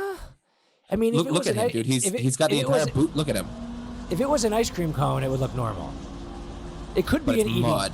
It could be an eating thing. Is my point. Like, yeah, a sexual thing would make more sense. But like, that's what I was thinking. It was initially because judging by I think if it was his boot, like this guy, he's certainly not wearing those boots. You know what I mean? Like he doesn't have the matching boot on. Shoes on, right? Because it was that boot is high enough that we would see it. I think absolutely true. So it's not his. And the other thing that's weird about it is he's on a subway, so he is aware of the fact that other people can see him. That's what that's he's got to be like fucking crazy. Right. Agreed. That's the wild card factor, is that he's just doing this in public, no shame, which I respect, but completely shameless. He's not embarrassed at all. Doesn't seem to know that he should be. Say he had just escaped a loony bin or something. I mean, he's got a nice jacket. He's got his hair done. Like he has a mask, which is what like society accepts you to wear in public. Like he doesn't look like Jim Carrey after he goes Rover, sit, hood, and like just escaped a loony bin. He looks kind of put together. I'm getting sick watching this. Yeah, just keep it rolling. So wait, go back to the beginning. How's he start doing it? So go back to the beginning. So all right, so let's see like his brain. I don't think this shows him starting. Like this guy's okay. Because the guy who picked up his camera was like, dude, I gotta film this. He's just casually like, oh, look at his foot. No, I think he is wearing the other boot. This is Look a at his real foot. thing, though. Some people have cravings Okay, for dirt. you're right. That looks like a heel. All right, that makes it way weirder. I think the thing that Brandon's saying, we're not giving enough credit. So Brandon's saying there's Carlos Mencia said he had it. It's called pica, and something's wrong with your deficiency, and you literally get a craving for things that are not food. Like, and if you want to eat something that's not food, mud is like probably the easiest it's thing basically to... you get so deficient you turn into like a crazy person. All right, so I'm gonna say that this person has that. Like, Yeah, Like, I mean, I could have. I never heard of that. You could have a craving for it. yeah, you It have a doesn't craving. excuse the fact that he's doing it in public and eating mud. So like maybe he has that, but he's also got some other demons he's fighting if he's licking his. I mean, like He's already got demons if he's got the that. term bootlicker is thrown around a lot these days. Oh, yeah. But Wait, what does bootlicker mean? I mean, like you're like sucking up to the man. Yeah. Like if you're a okay. yeah, Okay. licking his boots. Mm-hmm. Dude, this is fascinating. Go towards North End because he looks like he gets into it more. Like, yeah, keep it going. He's going full. see, and that's just so disgusting. Like, Is there a chance that he's cleaning it? Come on. I mean, like he is cleaning it. Dude, that is what? Crazy, right? I like the other ones are funny. That one is just mind-boggling. Mind-boggling. I mean, if Brandon didn't give that explanation of there is a diagnosed thing that makes people want to eat mud. I literally just learned about that yesterday night. I was watching a podcast with Carlos Mencia, and he said he had that. That's gotta be. It's gotta be some type of mental. He said imbalance. He had clay as a child, and they went to the doctor and figured out why. Unrelated note: have you ever seen the video of Rogan confronting Carlos Mencia at a comedy store? He keeps saying he's the most hated comedian in the world. He believes everyone hates him, which is kind of true, but also like for a very good reason. Like people that are hated in entertainment usually are like misunderstood, or he just like was stealing people's stuff. Yeah, Patrick Bet-David, who was on this show, he interviewed Carlos Mencia, and they talked about like this was like the main thing they talked about, and Carlos Mencia was like self-pitying himself. He was saying like, dude, I don't know. I just, and Patrick Bet-David was like, dude, I mean, you had a hit TV show, you're a popular comedian, you had a setback. Like, why don't you just stay positive about this and like try to reboot your career? Like, joke about it. You're a comedian. And he was just like, I'm probably done, can't write any jokes. I'm done. I was very surprised by that behavior. Like, I don't even know. He stole jokes. That's all I know. Yeah. Like, it was like pretty. Everything about him was, everything about him was like fraudulent. His name, he like was trying to, but ultimately, yes, he was stealing jokes, and he was doing it like in a really messed up way, where he would like go up right before a comedian, knowing that he's about to do this guy's like best bit, and then just like laugh in his face. And this was right when he was like coming up, or I guess like blowing up, I should say. So he was a fraud. He said a lot of people hated him because like he was supposed to be the show right after Dave Chappelle, like Mencia, and then Chappelle basically left, and he became like the #1 show on Comedy Central, and people just hated him because like they thought he took over and made Chappelle leave, and et cetera. Like, this guy sounds like a little crybaby. He's the worst. Yeah. All right. There's some good ones. Thank you. Okay. So now, the last and the final installment of Brandon's Big Bites. Big Bites. All right. Chomp, chomp, chomp. All right, #1, both of y'all have to explain these things. All right, describe the first time you were in love, your first blowjob, and your first time you had sex. So intimate. Like really. You wanted. All right, I'll try to answer because they're your big bites. First time I was in love was my high school girlfriend. And basic story, started dating in high school, started making my girlfriend, started hanging out, said I love you. Okay, pretty basic. First blowjob, like I don't know. I think it was at a party, and like I was drunk, and like it didn't go, and that was it. Like, okay. I don't know what you wanted big bites, Sean. You kept telling me. And I'm just trying to get through it. And then was the last one first time I had sex? Yeah. It was with the girl I was in love with, and it was cute and innocent and nice, and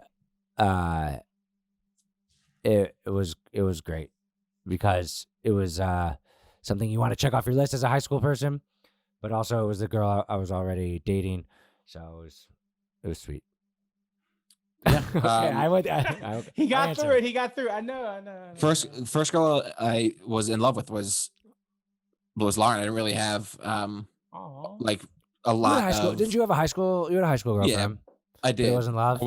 I wouldn't say that was love. Maybe puppy love. Maybe puppy love. Did you say I love you to her? Yes. Okay. So I'm not one of those, like, I don't know. I know some people like consider like this is like, I've never been able to say this to somebody. I was never that way. I have a lot of love to give, but like it's as far as like true in love with somebody, you know, I never felt that until the connection until Lauren. Aww. And then I would say for the other two, similar to Sean, awesome would be my explanation for the first, and very, very good. Like it was a quick. I'll say quick for the other one. For me, like the sex part would be like quicker than the other than the blowjob. Just like that's like a lot of, I don't know. A lot of nerves. Quicker. Yeah. All right. Okay. You sufficiently made us feel awkward. So that was good. It was on purpose. It's on purpose. Yeah, like, you got us. Because well, what we've been doing with the big bites is asking you. Okay. All right. So first time I was in love, like I was in like love with a lot of girls, but it wasn't really love. It's puppy love. They friend zoned me. First time in love was in college. We dated for over a year. Like thoughts of marriage and everything. And then she wanted to go to South Korea to teach English. And that's kind of ended that. So first time I had sex was freshman year of college. My like great granddad passed away. And on the very same day, I thought like having sex will make me feel good. So I had sex the same day. Was that the same girl that you just talked about? No, it was a girl I picked up from like a bar my freshman year. She was a junior and I was a freshman. Ooh. And she was the first girl I had sex with. And first blowjob was a girl from my church when I was in high school. So, all right. There you go. All right, I did that She's sin for you. I did that to make you feel loosened up. To I feel significantly less loose. Mission accomplished. All right, question 2. All right, it goes to Sean. Do you think David could be a successful podcaster, and how good was he on this series? Oh, okay. I think he could be a successful podcaster. I think the part he would have trouble with would be the promotion element. These are great conversations. I mean, usually someone starts podcasting with like, my main thing is I'm a businessman, entrepreneur, like, and that's how my podcast has like been rooted in. And these 10 episodes have been a break from that, as like more of like fun and entertaining. So at least it's not like this podcast has been the biggest success in the world, but like even Joe Rogan, it's still listed under comedian. Like usually you start with like not just like, hey, I'm David. I'm just gonna talk about whatever. You like have a niche. It's like mine's entrepreneurship. So I would want to know what your niche would be, and then I would want to see how much you could shamelessly promote. But as far as the content, I absolutely think you would be amazing at coming up with ideas, talking about them, thinking about them, like we've done on here. So I think if you promote and find your niche, then yes. Yeah, likewise.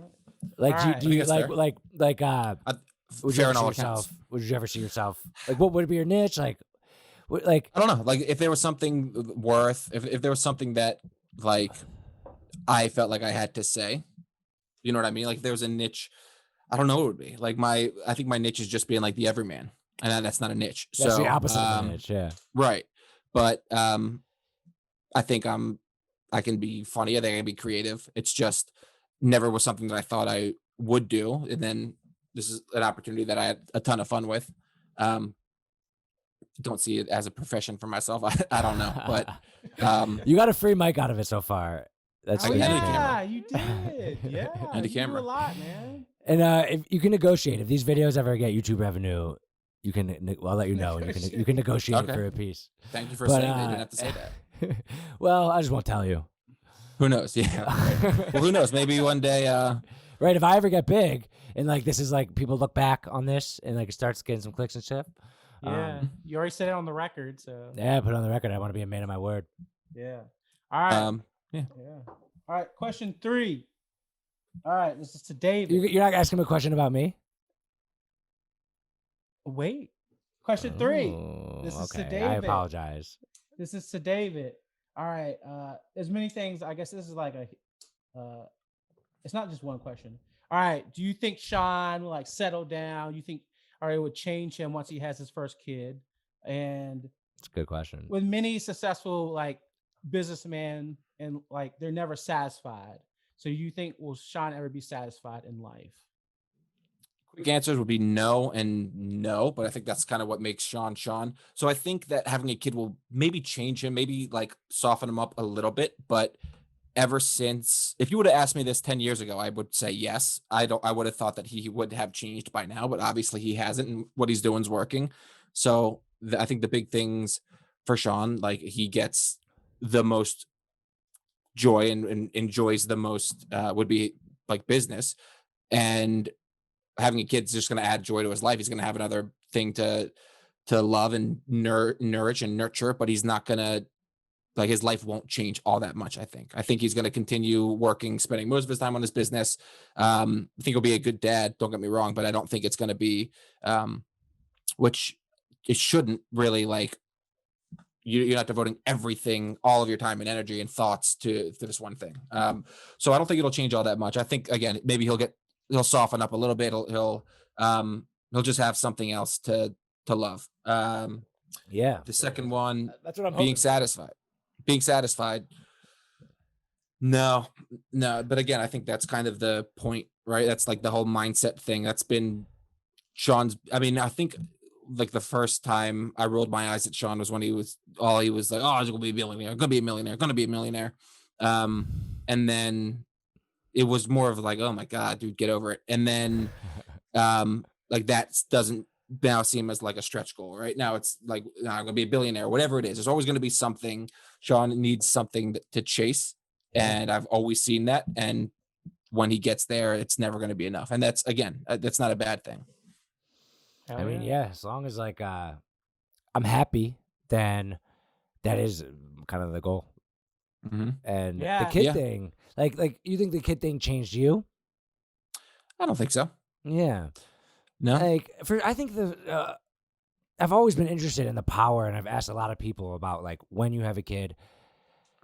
They say it's something you can never understand unless you do it, and like I get that. Like I've been preparing myself not to be like, all right, I'm on a path. I don't want to have a kid and then get thrown off the path. So I think that I've been like preparing myself for it.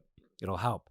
But like I think for like a 22-year-old who didn't plan to get pregnant, that could be like somehow the kid changes like your life. I think, right? Yeah, like when people say it changes your life, I don't think they mean like it changes your trajectory or your course or your maybe your priorities. Maybe, but I think a lot of the people. I think. Okay, here's like the stereotype that I'm trying to avoid, and like I think happens to some people. They're all about their career and their life and themselves. Then they have a kid and they become so selfless that they lose.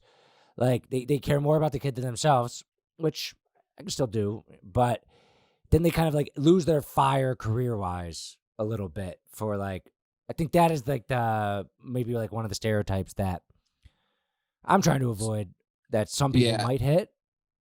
I think that this is again something that you just see through your lens. Like you're always looking at things that way. I don't think that's when I've always taken it as more like less you lose focus on your career, more like everything that you do is for your kids. So like your career now being ambitious and striving for whether it be money or whatever it is, like you're doing that. Now you have another reason to do that. You're doing it to provide a better life for your kid rather than, accomplish something for yourself. Right. So, but there's always like every decision you make, not every decision, but like most decisions you make are going like you want to, like your kid will factor into it, maybe consciously, maybe not, but like more so making sure they're safe and provided for and setting a good example. But it changes your life in like a way that's undescribable, not to sound like cliche, but like you're all in this little thing and you're like, up to that point, everything, it's always been like, for this, me and Lauren, for this would be you and Shelby, and like it's always been your world where it's just the two of you. That'll never be the same. You know what I mean? Like that will never happen again. That will change. So your life changes completely. Like I'll never sleep in again. I'll never like. Well, maybe I'll never up and no, like eventually adults, you should go to college. 45. Yeah, but like a 45, 60-year-old's not going to sleep until 11. You know what I mean? You're gonna get up really early. But like there's obviously a lot of sacrifices. Your life changes. There's always something to do, whether it be for the kid or around the house. You don't have time for it because you're helping with the kid, or work or whatever. But it's like the most worth it thing. It's the most amazing feeling and experience. So I'm excited for hopefully you guys have a kid sometime soon. Yeah. The other day I Googled, like, does Dave Portnoy have a kid? I'm always fascinated, and I guess he does. Who doesn't? I thought I saw he did. He used to have be married. He doesn't have a kid. He did. He doesn't have a kid. He was married. But he does not have a kid. Because he says like he may or may not want to have kids, but I'm interested in like the trajectory of like Bill Burr, for example. Like he just had a baby. Like his second one. That's why I think that joke is so funny about Meadow Soprano and her dad and the meme. Dad, did you used to have a podcast? Because like right now, say something stupid on this podcast, whatever. Like. But what if that something you do like affects your kids? Like maybe politicians have to like deal with that type of stuff, or like most regular parents don't have public figures. Yeah, exactly. Like, and I'm not saying I am one, but like, if the podcast keeps going and growing or something, say I like am one in a way, even on a smaller level. Right? Like, will I tone it down because it might reflect my kid? Like, I think. That's interesting. And I try to look for people who are outspoken, like public voices that have kids. And I try to like see how they've done it. And I think that part is interesting. I'm just amazed how Gary Vee is like no one knows about his family, his kids. Yeah. That's how, no one's seen a picture or anything. There's no pictures of his family. Yeah. How? That's so crazy. I was thinking for you, Sean, or you said Portnoy does or has a kid. He doesn't, but Dan Katz does. Big Cat has a kid. He had a kid like recently. He had this huge podcast for years, and then he mentioned he's having a kid, but nobody's seen any pictures. Nobody knows his name. Like he's always kept his private life very private. But if somebody like Dave Portnoy had a kid, like his private life has always been very public, so private, that would be right. But I don't think he would because I'm not opposed to like me and Shelby have our live at lunch show. Like I would maybe like bring the kid on there at the young age. But there's also like, so Big Cat, like talking about sports, loudmouth, public commentary, like that doesn't actually affect a 2-month-old or a 3-year-old. No. But by the time the kid's like 8, 9, 14, like then they can like, I don't know, like Mike Greenberg on ESPN. I don't know why he popped into my head, but he always like mentions his kids are like watching, like he's parenting a little bit like, from the screen, like he's on TV every morning at 8:00, and like when his kids are getting up, a lot of kids are watching Mike and Mike, and like that's on the TV. So like he's the dad that's on TV, and I guess they're not so outspoken on like ESPN, but I just think it's such an interesting element, especially when the kid is old enough, and like the balance between role model and like I don't know, does Howard Stern have kids? Mm-hmm. He has at least one daughter, maybe 2. Like, I wonder how he treats that. Like, I know Joe Rogan has daughters. I'm sure he has they're a aware. couple daughters. Yeah, he has 2 current daughters with his current wife and then an older daughter. But they're not like that 12 to 17 is like those are the years I'd be worried. Those are the years I'd be worried about. Before that, they don't know what's going on. After that, they're cool enough to get it. But those years, those impressionable years, I think, from the public standpoint of talking about stuff, are the years you would be the most worried about. I think the thing that you have to consider is like, are you being authentic? Are you yourself? Are you a very completely different person in like, if it's somebody who's like an amplified version of themselves or whatever. All right, well then you raise a kid who's old enough or like strong enough and smart enough and logical enough to understand that like this is work, this is not. Or there are some people who are just always themselves, in which case is like, you can go listen to your dad talk to your mom, or you can listen to your dad on a podcast. It's the same thing. I plan on always trying to be myself at least. And like, so right. If I could just do that, like, I always thought like, what is with your kid? Like what are your feelings about cursing? You probably don't know yet, but like we curse a lot. Like I don't know yet. I haven't had a kid, but like I'm imagining my 4-year-old go like, fuck. And like, I just laugh. Well, like, you can't say that at school, but even at home, I don't want my 4-year-old doing that because it's like trashy. I just don't like that. Yeah. But like, if it's like a teenager and like they're cursing for no reason, that's one. It's like, dude, you sound cursing, like a scumbag. Emphasize a point. You know what I mean? Like there's reasons and there's times where you can use it, and I think it's appropriate. But if you're just effing and jeffing, you sound like a scumbag or like a classless person. That's different. So again, raising the kid that understands. So that lesson isn't about cursing or not cursing. That lesson is about presentability. Right. Like, and that's the lesson that you would teach if you see them. Like, okay, cool, you curse. Ooh, like sick, dude. The scary thing about having a kid is like not like physically harming them. It's like raising them to be an asshole. Do you know what I mean? No. Like raising them to not. It's like you don't want to raise a kid who's like a spoiled brat or like a jerk or a butthole. Or like curse, a 9-year-old who's going around cursing, effing and jeffing, and just being like a pain in the ass and like annoying other parents and just being a brat and being mean to other kids. We're gonna raise a kid. Responsibility feels like it's on you, right? That's the scary part. Yeah, it's like making sure.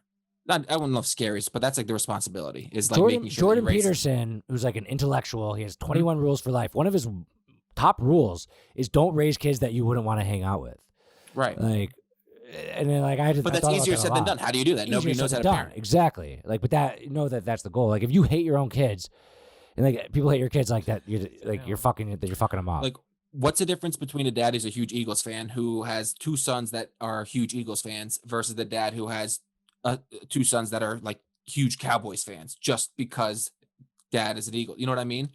Like, what's the difference? I mean, the sports team that you like I feel like that is like kind of family based. But if you say like one dad's an asshole and he has 2 kids that are assholes and one dad's a nice guy who's one dad could be like the nicest guy in the world and his kid just is a Cowboys fan because he wants to like buck the trend or like go against the grain. And that's like, we see that a lot here. I know it's a stupid example, but it's more like, what, like, was a kid born with this where he just wants to like be different, or did the dad like force this on them? I don't know. Right. Like being different than your parents is like a trait that might be nature or nurture. And if you're an Eagles fan, die hard, and your kid's a different, like, what did I do to make him a Cowboys fan? Because like you could be a Bills fan. That's fine. You'd be a Jets fan. Yeah. Doesn't matter. But like, why? You have to be, well, one of the first questions would be, why aren't you an Eagle fan? It's like in that movie with Robert De Niro and Jennifer Lawrence, the dancing movie. Yeah, Silver Lining. Yeah. Robert De Niro's like, just watch the game with me, son. Just watch the game with me. I want to bond with you. That's what we do. We watch the game together. Like, so like it's kind of rude for a kid to do that in a way, but maybe you need to analyze you're doing something wrong that the kid's going against you. Right. Yeah, it's complex, and I mean, I'm talking like I'm a parent, which I'm not, but yeah, you just got to make sure that you're authentic and you're cool, and like don't like lie to your kid about something that you do. But, say it's like smoking cigarettes, like and they catch you smoking when you're drunk once, like explain what if you're a mobster and you kill people? Do you like? That's a weird example. Like, don't kill people, and then you don't have to explain it. Yeah. But like, just. But I see what you're saying. Yeah. Like, or drinking is always an interesting one, because at a family event, you get together your sisters, your cousins, brothers, your aunts and uncles. You're drinking Thanksgiving, and the kids are there. And they're not drinking. They're like, you can't drink, and they're like, well, why not? I think one of the things I've seen on TV and in real life is like, they're like, have a sip. Here, have a sip. And the kid takes a sip of beer and he's like, shh. It's like, yeah, it's gross. Don't do it. Like, I think I get why they're doing that, because they're like, here, try it. Like, and then it tastes bad. It tastes bad. And then, yeah, but like, you have to be able to justify the things that, it's just like an employee. If you're like, do this because I said so, and they're like, why? You have to be able to at least justify why you're saying or these at least things. Let them make their own mistakes. Let them figure it out. You give them. I saw something that was like, give the kids the paint, but let them paint their own picture. It's like arm them with the tools. Make sure that they like have the logic, but they got to figure it out on their own at a certain point.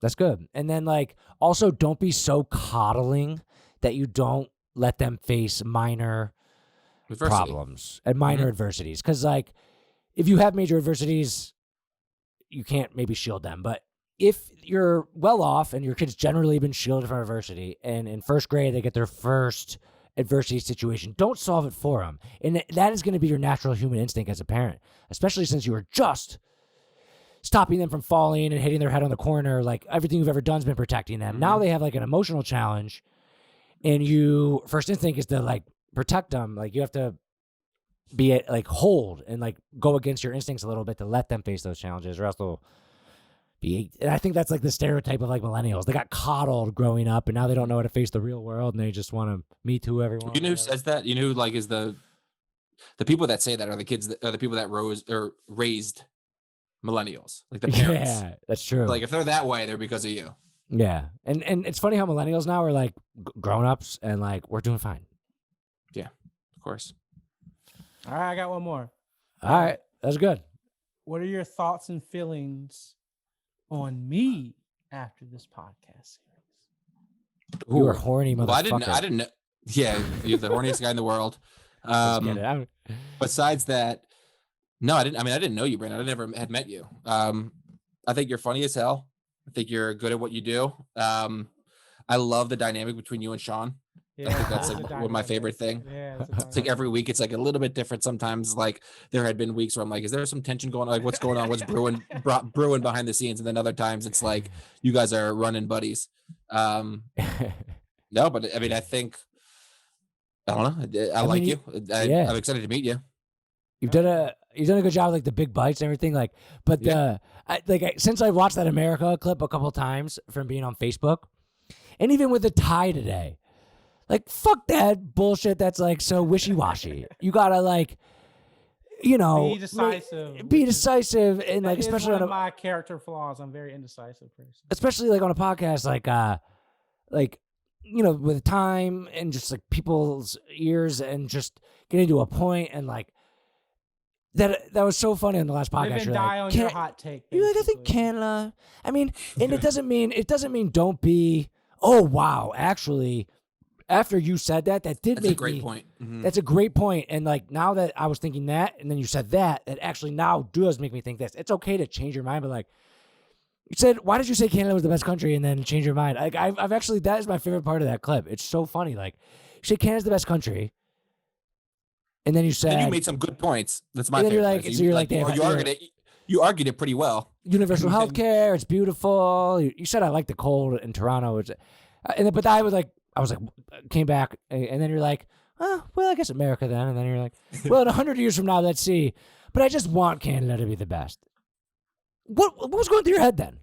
Well, what was going through my head is that Canada has the ability to be, but if we were just going to like right now, right here, say who's the best, it's America. But I'm thinking long-term, big picture. And I just summed it up saying that America is good right now. But Canada will be good. Yeah. Don't do that stuff like that. Yeah. Also, I hope you take $5,000 of Sean's money. That'll make me the happiest guy in the world. We do the next weigh-in Tuesday. So have you been doing anything different? Yeah. We'll see. Weigh-in Tuesday. We'll see how much. Well, I mean, as at the end of this, give us a little insight on ever since you got that $5,000 check. Potentially, what things have you done differently? I realized what true hunger is, and I realized as far as you mean eating or like hunger for the $5,000. No, eating. Like I realized that what I thought was 3 meals a day, and thinking I'm eating 2,000, 2,500 calories, and thinking that's normal and that's what people do, and I'm gonna lose weight just by eating normal with my weight. I just cut it down so much to the point where I was hungry, and I realized that being hungry wasn't a death sentence, and it actually made me feel better to not always have something in my stomach digesting. And I just realized that I'm putting food in my body that I don't necessarily need. So yeah, I was basically not pushing myself as what I thought I was. I realized that I can experience way more. And tell me this, it's funny. We'll see how you do with the weigh-ins, but. I told you all this stuff, and then you had to kind of learn on your own, or what element of it was the $5,000 to make the difference? I'm curious as far as I'm trying to learn about motivation, and you had this. You said you wanted to lose weight, and then we set the goal for every 6 months. We put it down specifics. We're gonna do a video, and that was motivation in a way. And then you got the trainer, and I've said that to you so many times, and then you said you still were trying to beat the system. After we already said it, well, the incentive change, and also, I mean, money is important to some people, but it's more the fact that I know I can do it, and I would like hate myself even more to know that like I didn't do everything I could. Like before the $5,000, I knew I could lose 5 pounds a month. And if you just project that to 2 to 3 years, I knew I was going to get to my goal weight in 2 to 3 years just by doing what I was doing. I was losing weight. It's just the fact that like I wasn't pushing myself beyond what like my brain thought it was capable. And after you told me the $5,000, I knew it was like my brain has this ability to push myself. I just haven't been doing it. And since then, I was like, well, I'm gonna do everything I can. So that's the difference. All right, we'll see how that story ends. Stay tuned. Yeah. All right. Hell yeah. I That's will the last. remember you. I know. This is fun. This has been a lot of fun. So I appreciate you guys letting me in on the experience. That's right. It's been fun. Hopefully, no one can ever take these away from us. When this podcast is number 1 on the charts, this will always be episode 70 to 79. Yeah. And we're talking about I got getting this new building in like 2 weeks. We got a lot going on, but making the studio, maybe like getting someone else part of the team, maybe trying to build a little podcast network, something like that. Keep it as a little side project. Like maybe in 10 years we'll give you a big salary to come run your own podcast or something as one of the shows on our network. Yeah, man. You know my number. Yeah, don't waste that mic and webcam. Like, try to do some stuff. Yeah, well, I make I'm gonna need you to send that videos back on the side. Hell yeah. Can you box that up and send it back? No, I cannot. No, you thief. It's been fun. I appreciate it. Sad it's over. Everyone enjoyed it. It's been a great run. run. Sad it's over. Don't cry because it's over. Smile because it happened. Videos of the week, big bites, a movie script, cartoon character wars, all these intellectual debate conversations on the top 4 things. Fights. Trump. Last words. I mean, we did it through like one of the craziest times ever, right? With the pandemic and with Trump and with all this crazy stuff. So no, it's been fun. Thanks for letting me join. You know my number. If you ever want a third head or whatever, but I'm sure you're excited to get back to the business side. So I'll be listening. All right, bro. I'll talk to you in like 5 years. Yeah. See you guys. Yeah. I'll see you guys in 2025. All right. And for all you guys listening, we love you. Peace out. Adios.